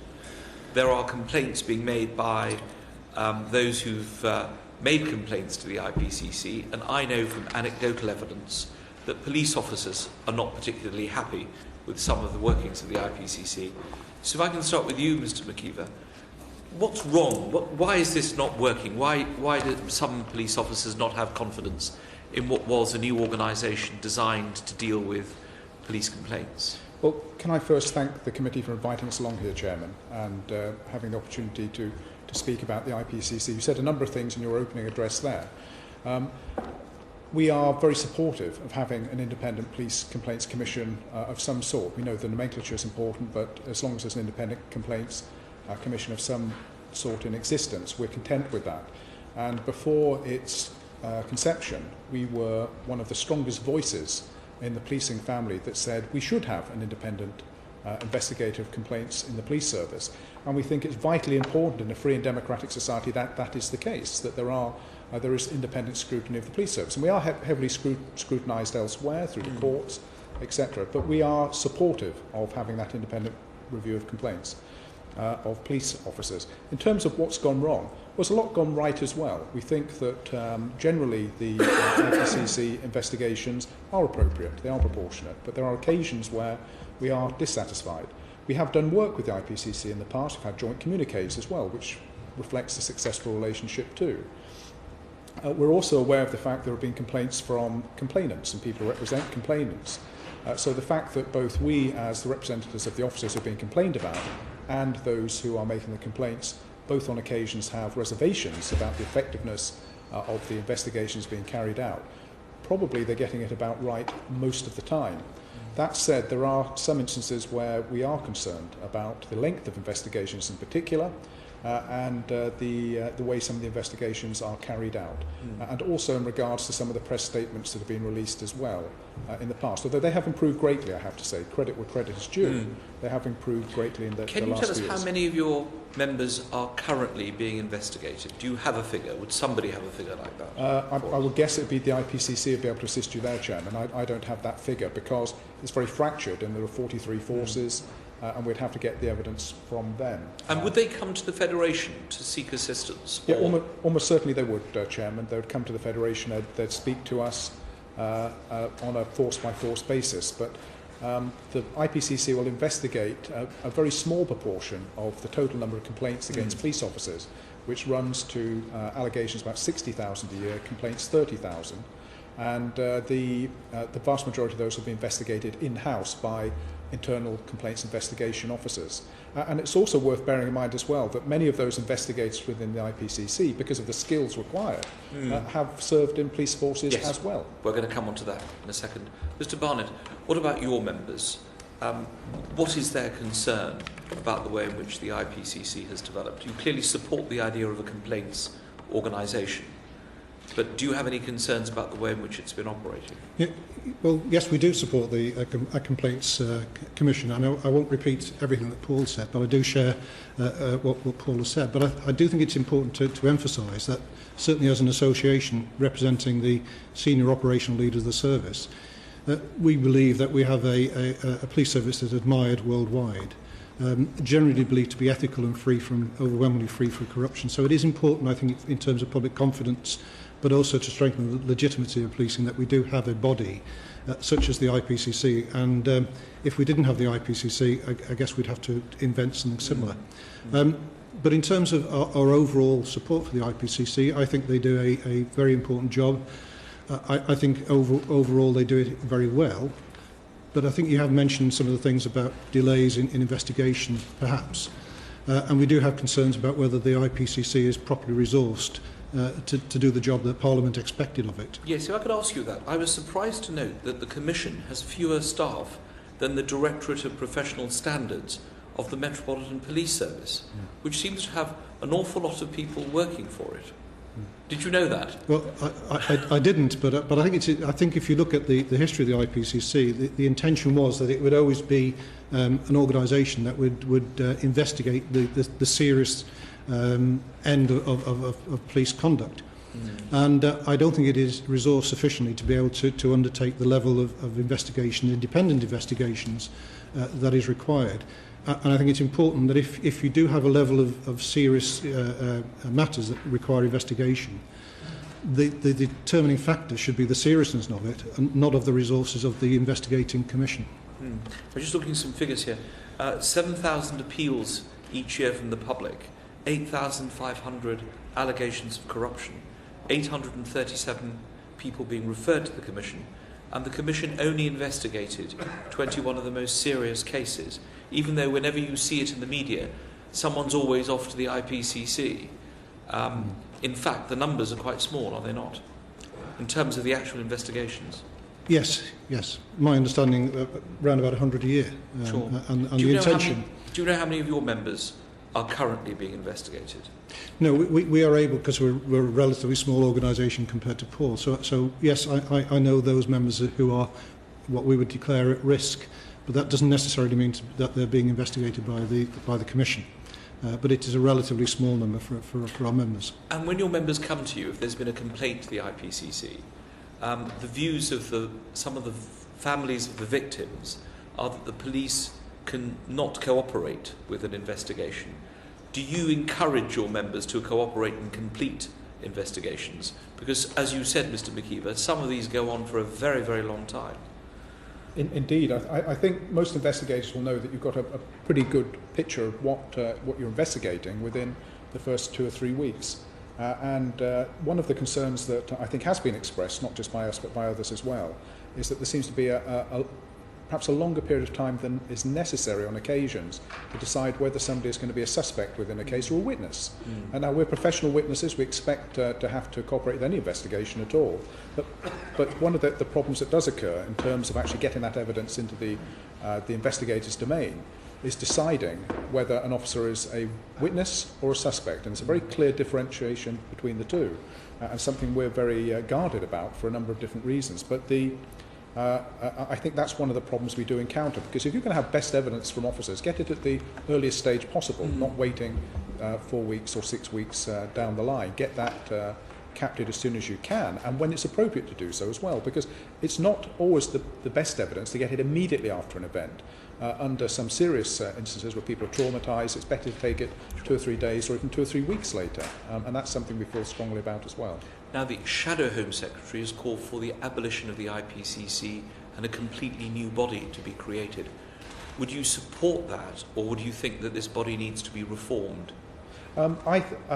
Or is it actually what she's asking for is basically the same thing, a reform of the organisation? I'm not sure exactly what the Shadow Home Secretary is asking for, and it's something that I would welcome an opportunity to speak to her about, because nomenclature is important. It's very important when you're actually dealing with any organisation to get the name right.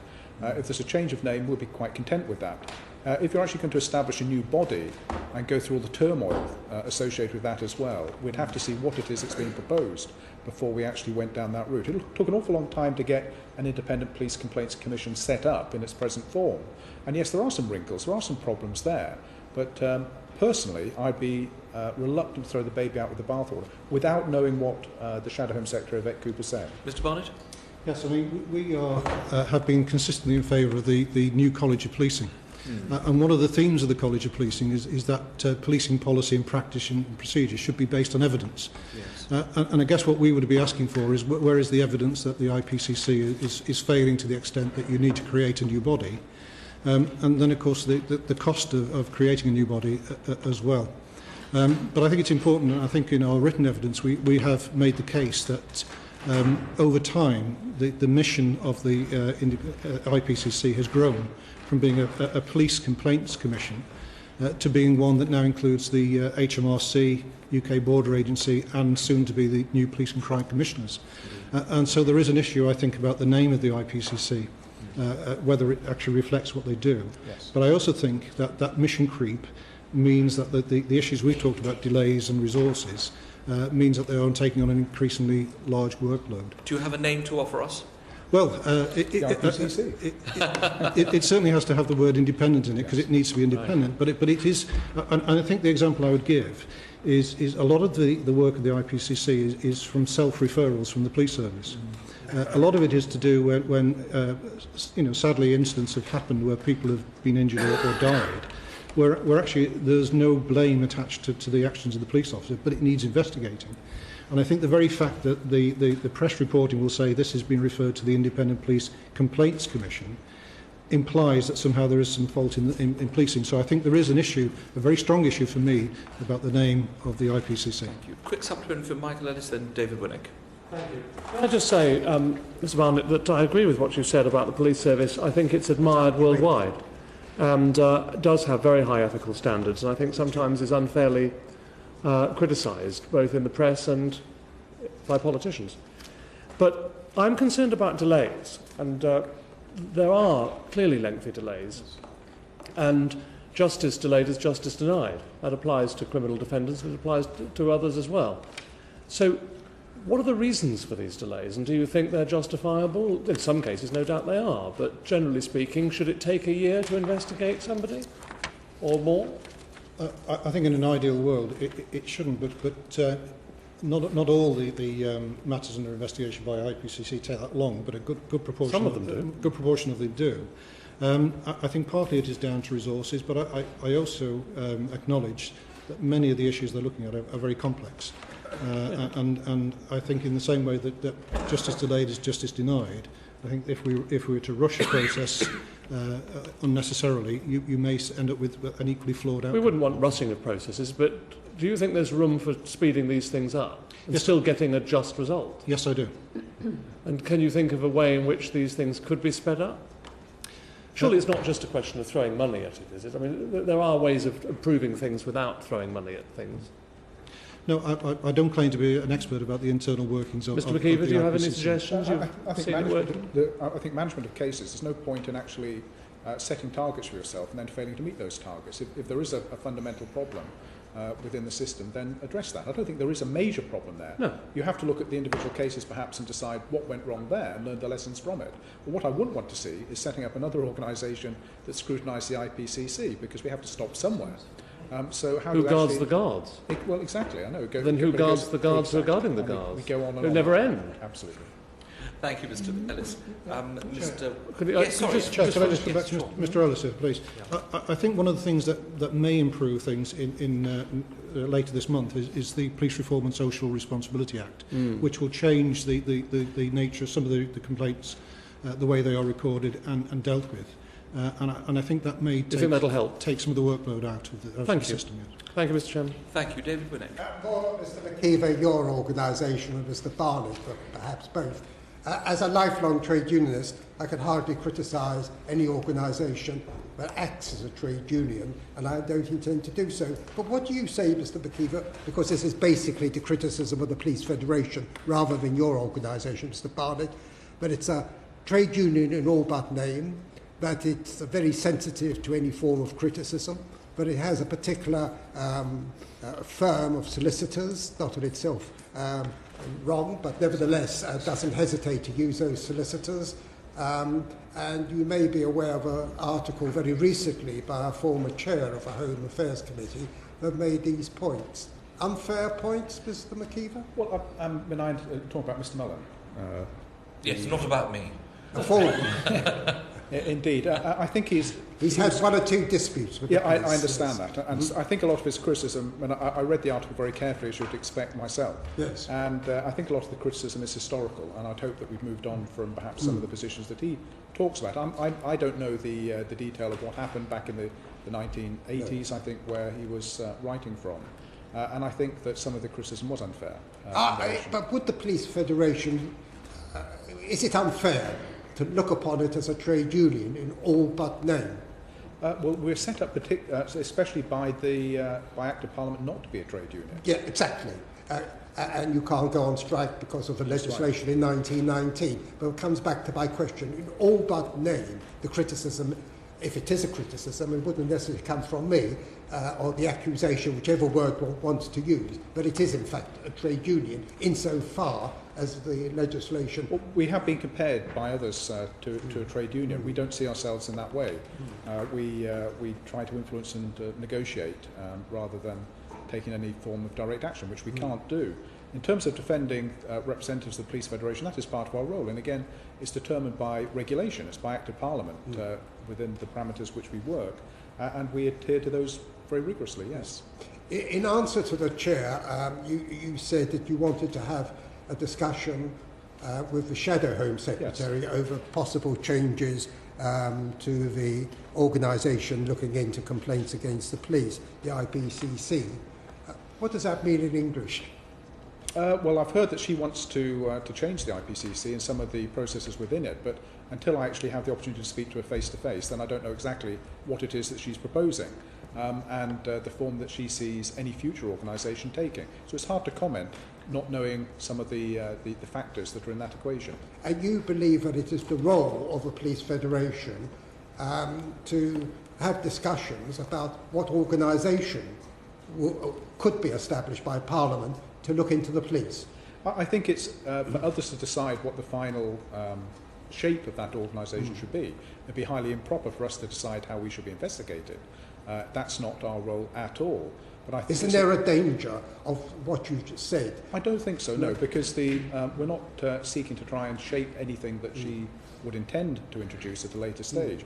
But I think it's incumbent upon me as the chairman of my organisation to know what that shape is going to be so that I can inform myself about any future recommendations to put in place that are going to affect all police officers who I represent. So that's where I would see myself coming from. Mr. McKeever, I should make it clear, I have no criticism of yourself. You're carrying out your duties as the chair of the Federation. But probing about the Federation itself, and I'm sure you will understand. Can I just ask you this question about the IPCC? I mean, there is no doubt this is the reason that Yvette Cooper has some thoughts on the matter.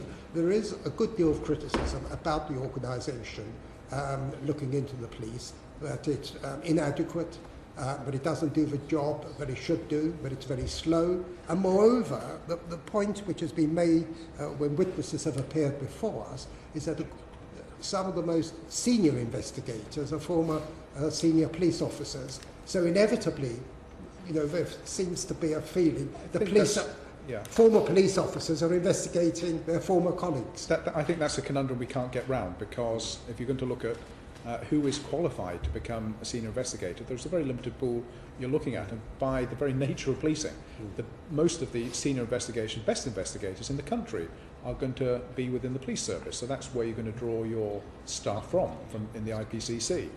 There are other organisations that carry out investigative work, but very few to the level and standard that we do within the police service. So it's natural, I think, that we're going to have that type of individual going into the police service, going into the IPCC.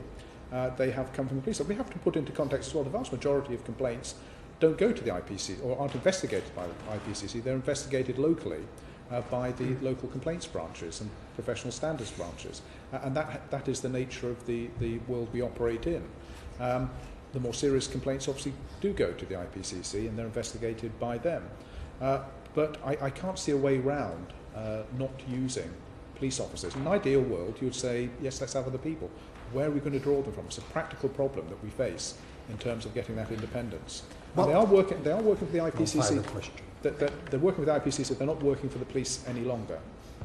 Mr. Barnett. May I just come in on that one, please? The first one is a little bit of context, is that my understanding there's approximately 30,000 complaints a year, set against over 10 million treble 9 calls to the police service. So I think that it's important to put it in that context. The most recent survey that I've seen, that 85% of the public had confidence in the police complaints process.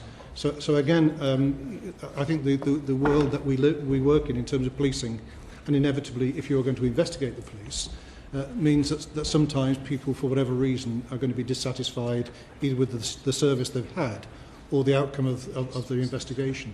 And so I just think it's important sometimes to keep that context. When we criticise the IPCC, it is again, what I would suggest is to look at the evidence rather than sometimes some of the anecdotes. One final question, Mr. McKeever, perhaps more, again, with apologies, Mr. Barnett. What is the morale amongst police officers at the moment? It's absolutely dreadful. It's when I was at my home station, I went back to my home station yesterday and was accosted by a number of different officers who were bitterly upset, I think, by what's been happening in the policing world over the last few years. And that was completely unsolicited. It was officers approaching me. In terms of the general feeling across the country, people are still going out there and doing the job, because that's the nature of policing. There's two sides to this. Are we going out there and trying to do the job? Yes, we are. Are people feeling happy and content with the world and the police service? No, they're not. And I think that distinction is lost sometimes. When you listen to somebody like Sir Hugh Ward, President of the Association of Chief Police Officers, he'll always say, look, police officers always complain and always moan like they do in the Army. The Army do the same, but they still get on and do the job. But the reality is actually, no, the morale is extremely low at the moment. It's not just me saying that. You only have to go around police stations and people will approach you. If you're known to come from the senior echelons of the Federation, they will accost you. And that's never happened in the past. And complain about their lot. Thank you. James Clapperson. Thank you. Just very briefly,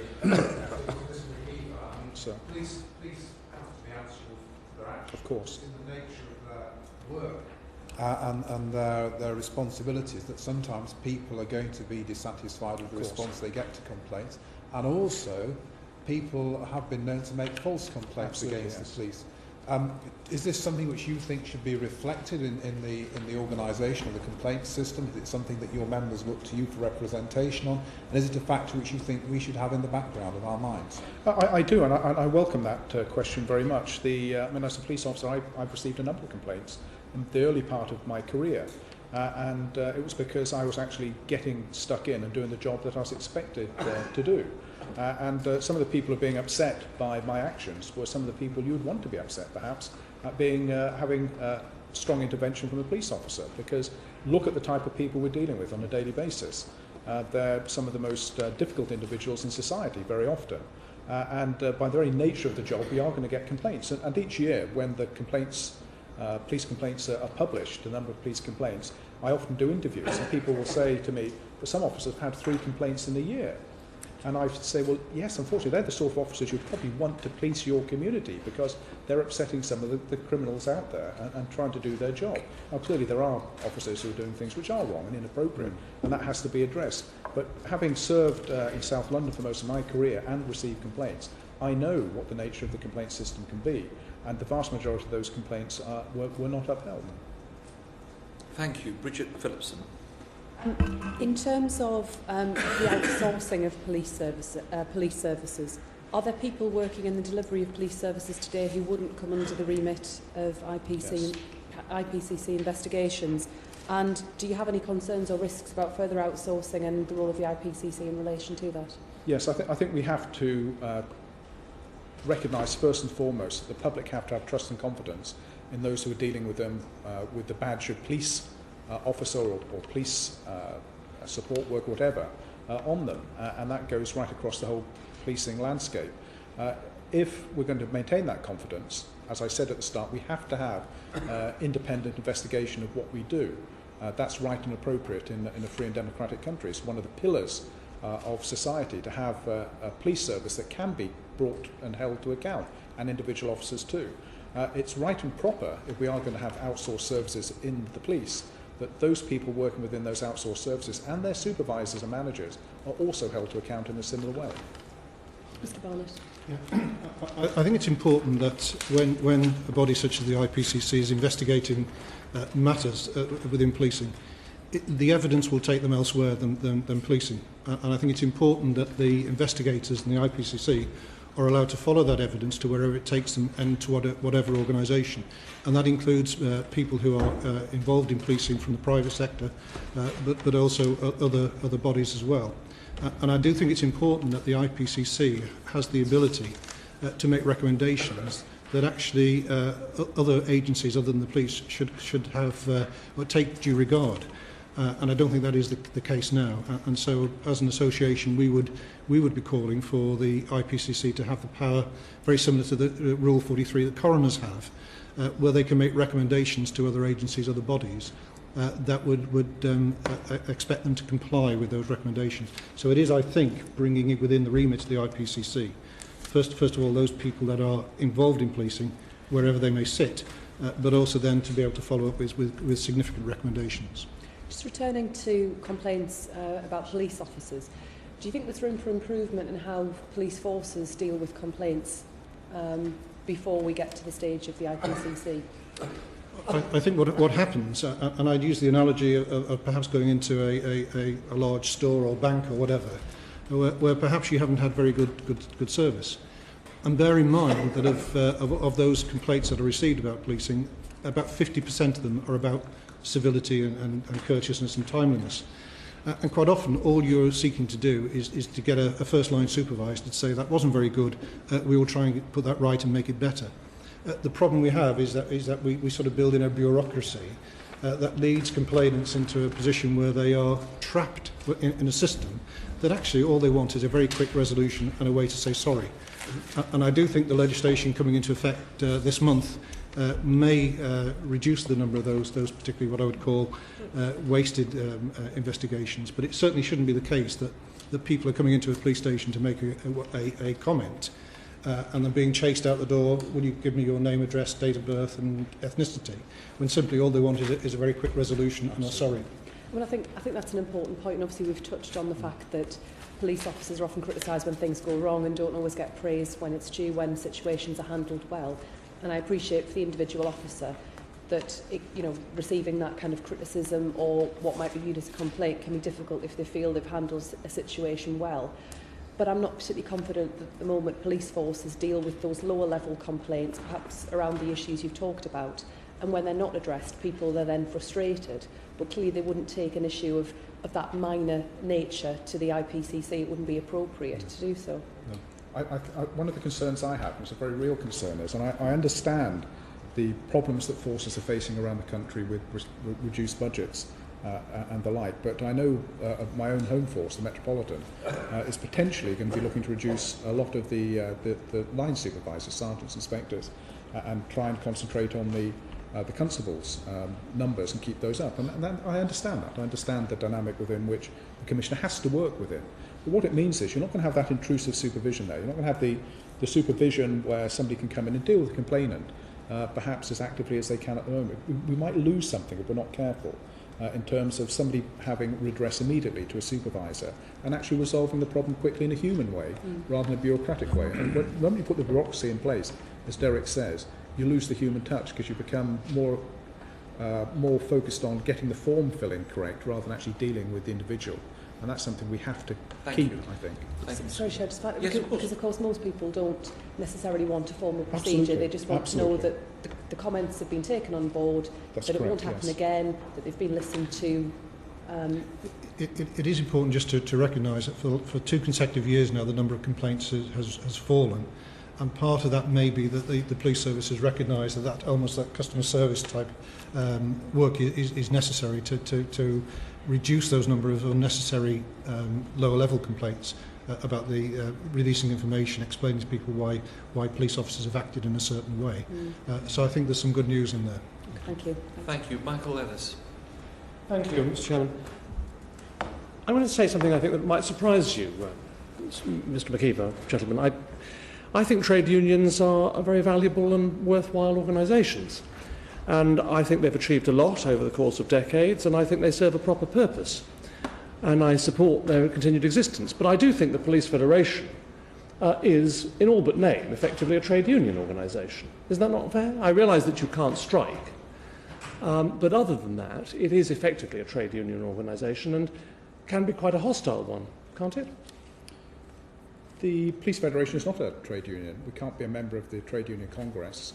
We have some of the structures in place that are similar to a union, but that's outside our control, sir. So you would say that it isn't just a question of nomenclature, it isn't just the name. You're not a trade union because you're not a trade union. You effectively are very different from a trade union organisation. Well, if you look at why we were set up in the first place, we were set up back in 1919 not to be a trade union. The reason for that was very good because Europe was in revolt, revolution was taking place, and they didn't want the police. And there had been a police strike, I think, before 1919. Yes. And a police union had been formed there. So we set up not to be a union, and we don't have the same provisions as unions. Right, so on the issue of alternatives possibly to the IPCC, and I'm not saying you're suggesting there should be a one, but I want to look for a moment at the professional standards departments, because they're staffed by members of the Police Federation as well, aren't they? They are, sir, yes. So is this a conflict for you? It's not a conflict because as a police officer you are a member of the Police Federation. Yes, even if you're a member of a professional standards department which is examining misconduct or failure in standards in other police officers. Well, if you're looking for conflicts of interest in terms of the investigation, which I don't think is there, having experienced internal complaints investigations myself, like most police officers will, there's a very clear delineation between those who are working within professional standards and those who are actually being investigated as well, and that's understood and respected in the service throughout every force that I've been to. But we're all police officers, and that's where our first loyalty is, not to the Police Federation. People don't go around thinking, I am a Police Federation member every day of their lives. They don't.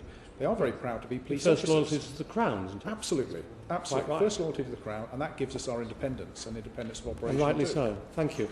Do you think, then, finally, from me, that police professional standards departments always treat officers fairly? Do you think there are examples of unfairness, or do you think it can be unfair, the system that it currently exists? And then, Mr. Barnett, if you could answer as well. Generally, I think professional standards operate in a very objective way. They try to get things right. There are occasions, and I've been subject to that myself, where things go wrong, I think.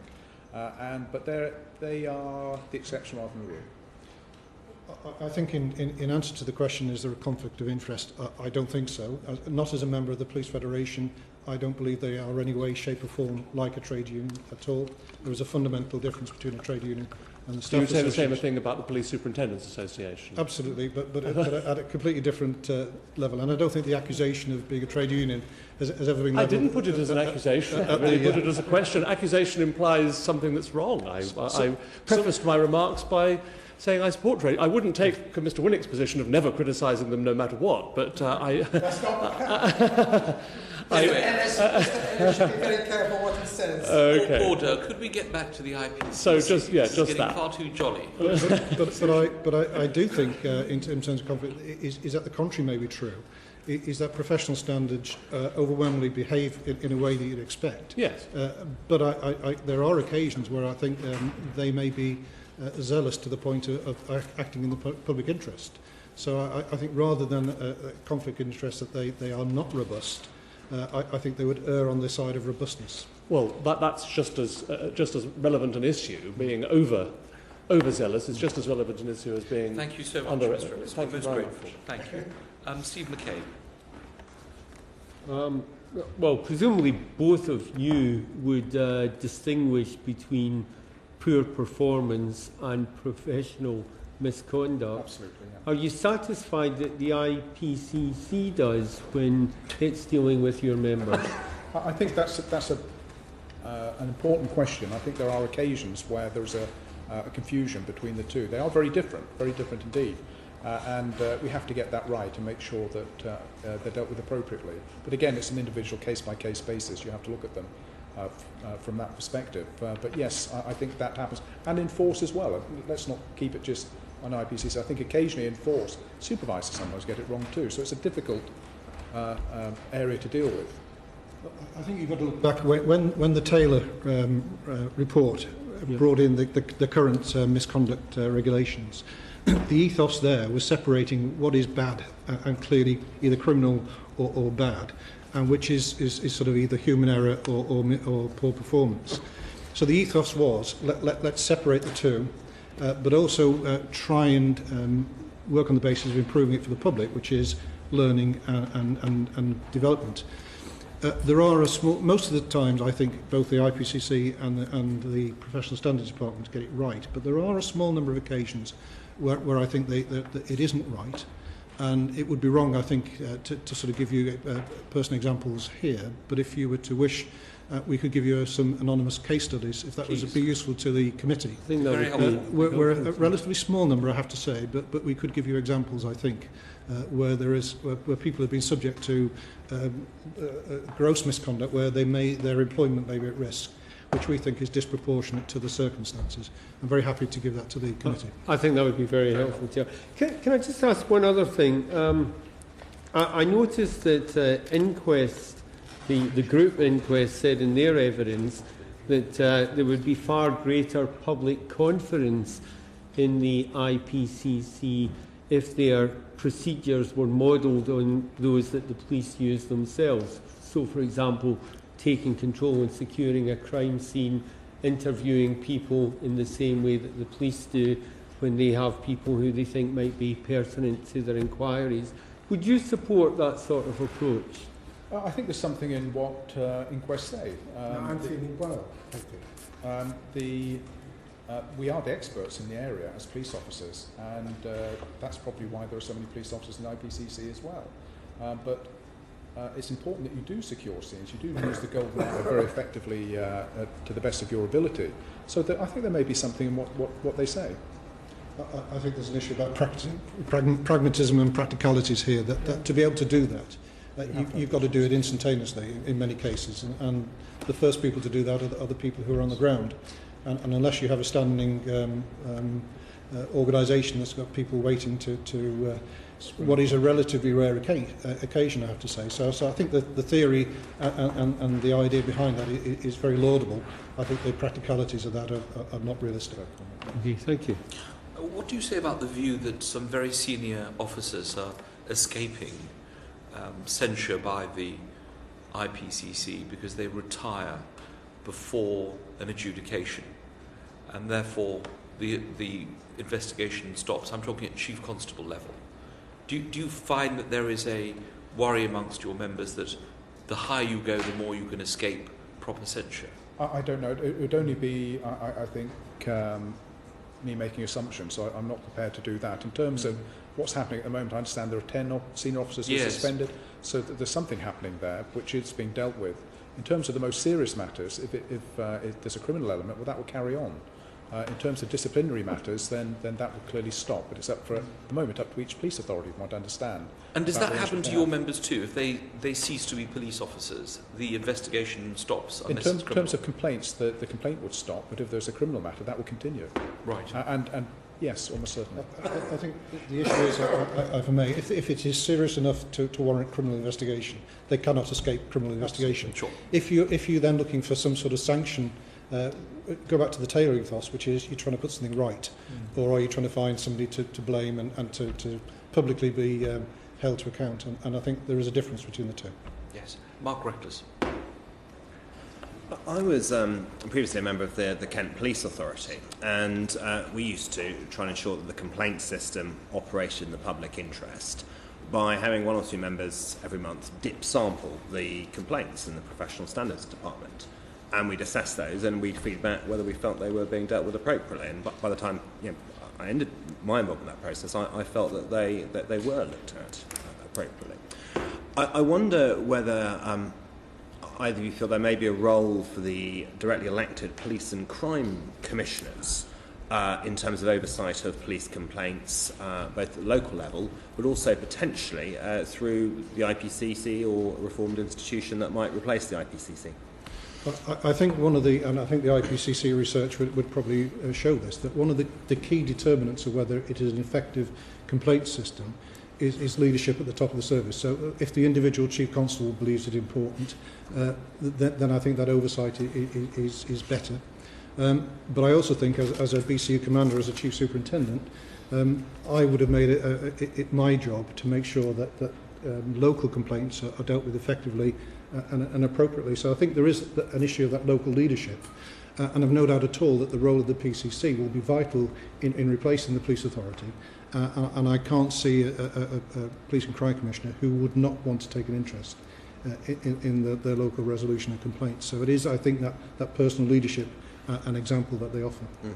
I mean, I understand the role you would have taken as a BCU commander, or that a chief constable could lead it in this area, but rightly or wrongly, there may always be a certain scepticism from the public as to whether a senior police officer will necessarily be balanced and equidistant between the public, complainants, and the police. And I just wondered whether, by virtue of being an elected figure, the police and crime commissioner might be better able to oversee the process, even if all that may be required is simply explaining to the public that things are being done properly. Exactly. My understanding is that is enshrined in the legislation, that is the role of the police and crime commissioner. But with regard to the IPCC or at a national level, could you see scope for the PCCs taking a role there? I must admit, it isn't a sort of line of thought that I've developed. I'd probably need to perhaps understand a little bit more of your thinking about that. I really do think at the moment the IPCC do conduct themselves very professionally. I think there is an issue about resources, but they certainly hold the service to account, and certainly my members would tell you that it does feel that they are being held to account by the IPCC. And Ms. McKeeve, if I put that question to you as well? I concur very much with what Chief Superintendent Barnett has said. There may be a role, and I'm very reluctant to comment about PCCs at all in the run-up to the elections anyway, so we're trying to stay out of that arena. I could see that there might be some difficulties caused as well, so it has to be judged very carefully, I think, to make sure that it's done in an appropriate fashion. But they are the elected official, and I'm sure that they are going to want to have some input into the relations with the local populace. So that's part of it. And we have another new body on the horizon, the College of Policing. Yes. Could that potentially have a role in the complaints landscape? I do, and I think what we have to be very careful about is making sure we get a clear delineation between all these new bodies that are coming into place, with the PCCs, the College of Policing, the new HMI who's come into office as well. where does actually the oversight and review of some of the processes that take place and the outcomes take place, where does that actually create change in the future? There's a recommendation for change. We don't think it should be with the IPCC. They can highlight and recommend, but we don't think they should have the policy-making power. That should be with the PCC or with the HMIC to recommend, and perhaps for Parliament as well. If it's a more serious matter, it shouldn't be with the IPCC in terms of their powers. Certainly they could recommend, but not actually change. I think that would be not a good road to go down, because they become less independent there. They're part of the policy-making machinery, and that would be wrong. In terms of the delineation, I think the change processes should be within the College of Policing, perhaps recommendations from HMI as well, but not the IPCC. Thank you. Mr. Barnett. Just on the College of Policing, I've got huge optimism that the college will be a force for good in policing. And are you all involved in the formation of the college? We'll all be sitting on the board. We have been, and we will have a place on the board of the college. But one of my hopes for the college is that it will deal with those things about recruitment, training, ethics of the police service, and developing and enhancing that. But I think there's also a role in setting standards as well. And so what I would see is the IPCC making recommendations, whether they be Section 40, Rule 43 recommendations or simply recommendations, that the college will build into the approved professional practice. So I really do think the college will play a huge role in that. Could I ask your quick views on whether mediation could be used before a complaint actually gets to the IPCC? The committee is going to hear evidence later this year from those who are mediators. Would that help? I think anything that actually improves confidence in policing and the police service would be welcome. And if perhaps there's a pilot to be run, we'd be willing to look at that. It comes down to this human element, isn't it? We're not, in our everyday life, when we deal with our friends, our colleagues, our family, we don't do it through paperwork. We do it through a face-to-face basis. And when somebody comes in contact with the police and they're not content with what's happened, the last thing you want to do is go through a bureaucratic process. So if you can have some mediation to assist, whether it's at local level or further up the scale, surely that must help, I would think. Mr. Bond? Again, let's see the evidence, and the evidence tells us in restorative justice that when you have that, the victims are more satisfied and more content, and likewise it probably improves the behaviour of the criminal. If you apply the same principles to complaints, our experience would tend to be when you put the police officer or the member of staff with the complainant, actually that conversation, even if they agree to disagree, leaves them with a lot better feeling that they've been listened to and their matter resolved. And in respect of those who refer to the IPCC for breaches, for example, of PACE, you're dealing, I know, with the Steve Fulcher case at the moment. Do you have any concerns about the need to look at PACE again after 28 years and to see how it can be improved? You'll understand why I wouldn't talk specifically about the case you mentioned. But I would invite the committee to look back at the Police and Criminal Evidence Act, at why we have it.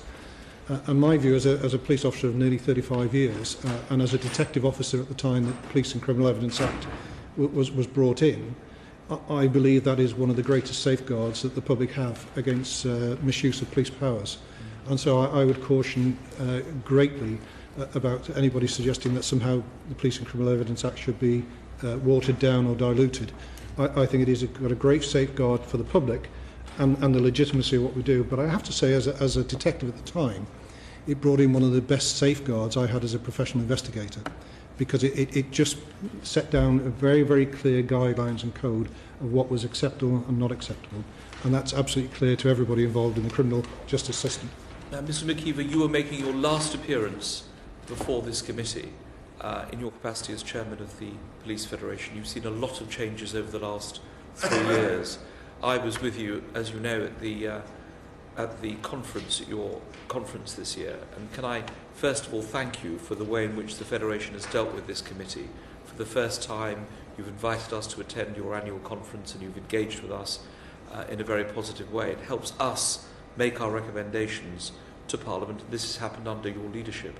But one of the points that the Home Secretary made at the conference was she called for, or she talked about, the need for an independent review of police integrity, whatever that means. I'm going to ask you what you think that means. And going back to what David Winnick has said about police morale and your response to him, Lord Stevens over the weekend published his report in which he talked about morale being he gave us the figure of 90% of police officers felt they needed more support from the government, and an astonishing figure that 56% of those surveyed contemplated leaving the force. What can be done to restore that confidence in the police and to restore morale? I think any leadership needs to give positive messages, whether that's from government, whether it's from senior leaders within the police service, whoever. And if the messages appear to be negative all the time, that will erode confidence within any organisation at all. And that's certainly what's happened over the last few years. In terms of individual officers, what's happening to them, some of them are going through a very difficult period indeed, both financially and within the service. And I think there's little that can be done in monetary terms at the moment with the restraints on the money that's going into the service and budgets. We understand that. But when I've spoken to a number of leaders around the country saying, please try and talk up the officers, talk about them in a positive way, and try and commend them for what they're doing. I know that does happen, but perhaps a little more often would be very useful indeed, because there is a feeling, of whether it's perception or reality, that they are unloved at the moment. It sounds very strange for police officers to say that, but it is something that's very important to them. That would assist. In terms of integrity that the Home Secretary talked about, I think this is something we seem to be going through a national process at the moment, where a lot of institutions are being looked at and questioned for all sorts of different reasons. And changed and abolished and as well. And that's happening. And I don't see anything wrong in actually looking at any institution about whether it's behaving in a proper way or not. But it has to be done on evidence, and I've not seen a great deal of evidence to suggest that the police service is in a parlous state that needs to fundamentally address integrity issues. The vast majority of police officers I know are people of the highest integrity and professionalism and honesty, and they're people who I'm extremely proud to work with. And the same is true in most of the organisations that are under great scrutiny and review at the moment, whether it's Parliament or elsewhere. We know that. But it seems to be the flavour of the moment. In any society you go through these times, and I think we're part of that. And how would you sum up your 3 years, now that you've come to the end of your 3 years in office? Sad to go. I'm extremely proud to be a British police officer. It's one of the proudest boasts I think anybody can have within the United Kingdom, to say that they've served as a British police officer. It's something that's respected around the world. When I travel in a limited fashion, people know what it means to be a British bobby. They know and understand that we are different. We don't carry guns, we police by consent, and that's something that is recognised elsewhere. So to have actually had the huge privilege of being the chairman of the Police Federation of England and Wales for almost 5 years by the time I retire is something I'll remember forever, and it's something I'm very proud of. Well, on behalf of the committee, can I thank you for all the work that you've done with us. You've been an outstanding leader for your members, and can I wish you well for the future, the best of luck. Thank you very much, Chairman. Thank you, Mr. McKeever. Thank you, Mr. Bond. You're still with us. You're not going anywhere, I understand. No, this will be my last appearance as well. Oh, Mr. Bond, I'm sorry. What's going on? Unless you invite me back to repeat some of my... Can I reiterate and thank you? Sorry, I didn't realise that. To thank you for all the work that you've done with this committee. Whenever we've asked your association to give evidence, you've been extremely helpful. We've attended your conference as well. And perhaps I can give you a couple of words. How would you sum up what's happened over the last few years? I think we've seen a huge amount of change under the banner of reform these last 2 years. Some of it we welcome, and some of it obviously we don't. But what I would say is that in terms of morale, I think morale is a strange concept and will change from day to day. But there is no doubt at all that there is a sense within the police service of being undervalued at the moment. And one of the great things about leadership is to have a workforce that will deliver change for you in the future. You have to value them, and they have to know that they are valued. So it isn't just about words, it is about the tone and the language. And I would say that the police service is still a wonderfully committed organisation, talented organisation, dedicated to serving the public. But I really do think that policing needs to be brought in from the cold, if I could describe it like that. And in the same way that we've had health summits and business summits at number 10, I really do think the opportunity to bring all sides of policing, whether they be politicians, elected members, professionals, staff associations, to bring us out in from the cold and reform is so much better when it's done with the workforce rather than against it. And my plea to anybody is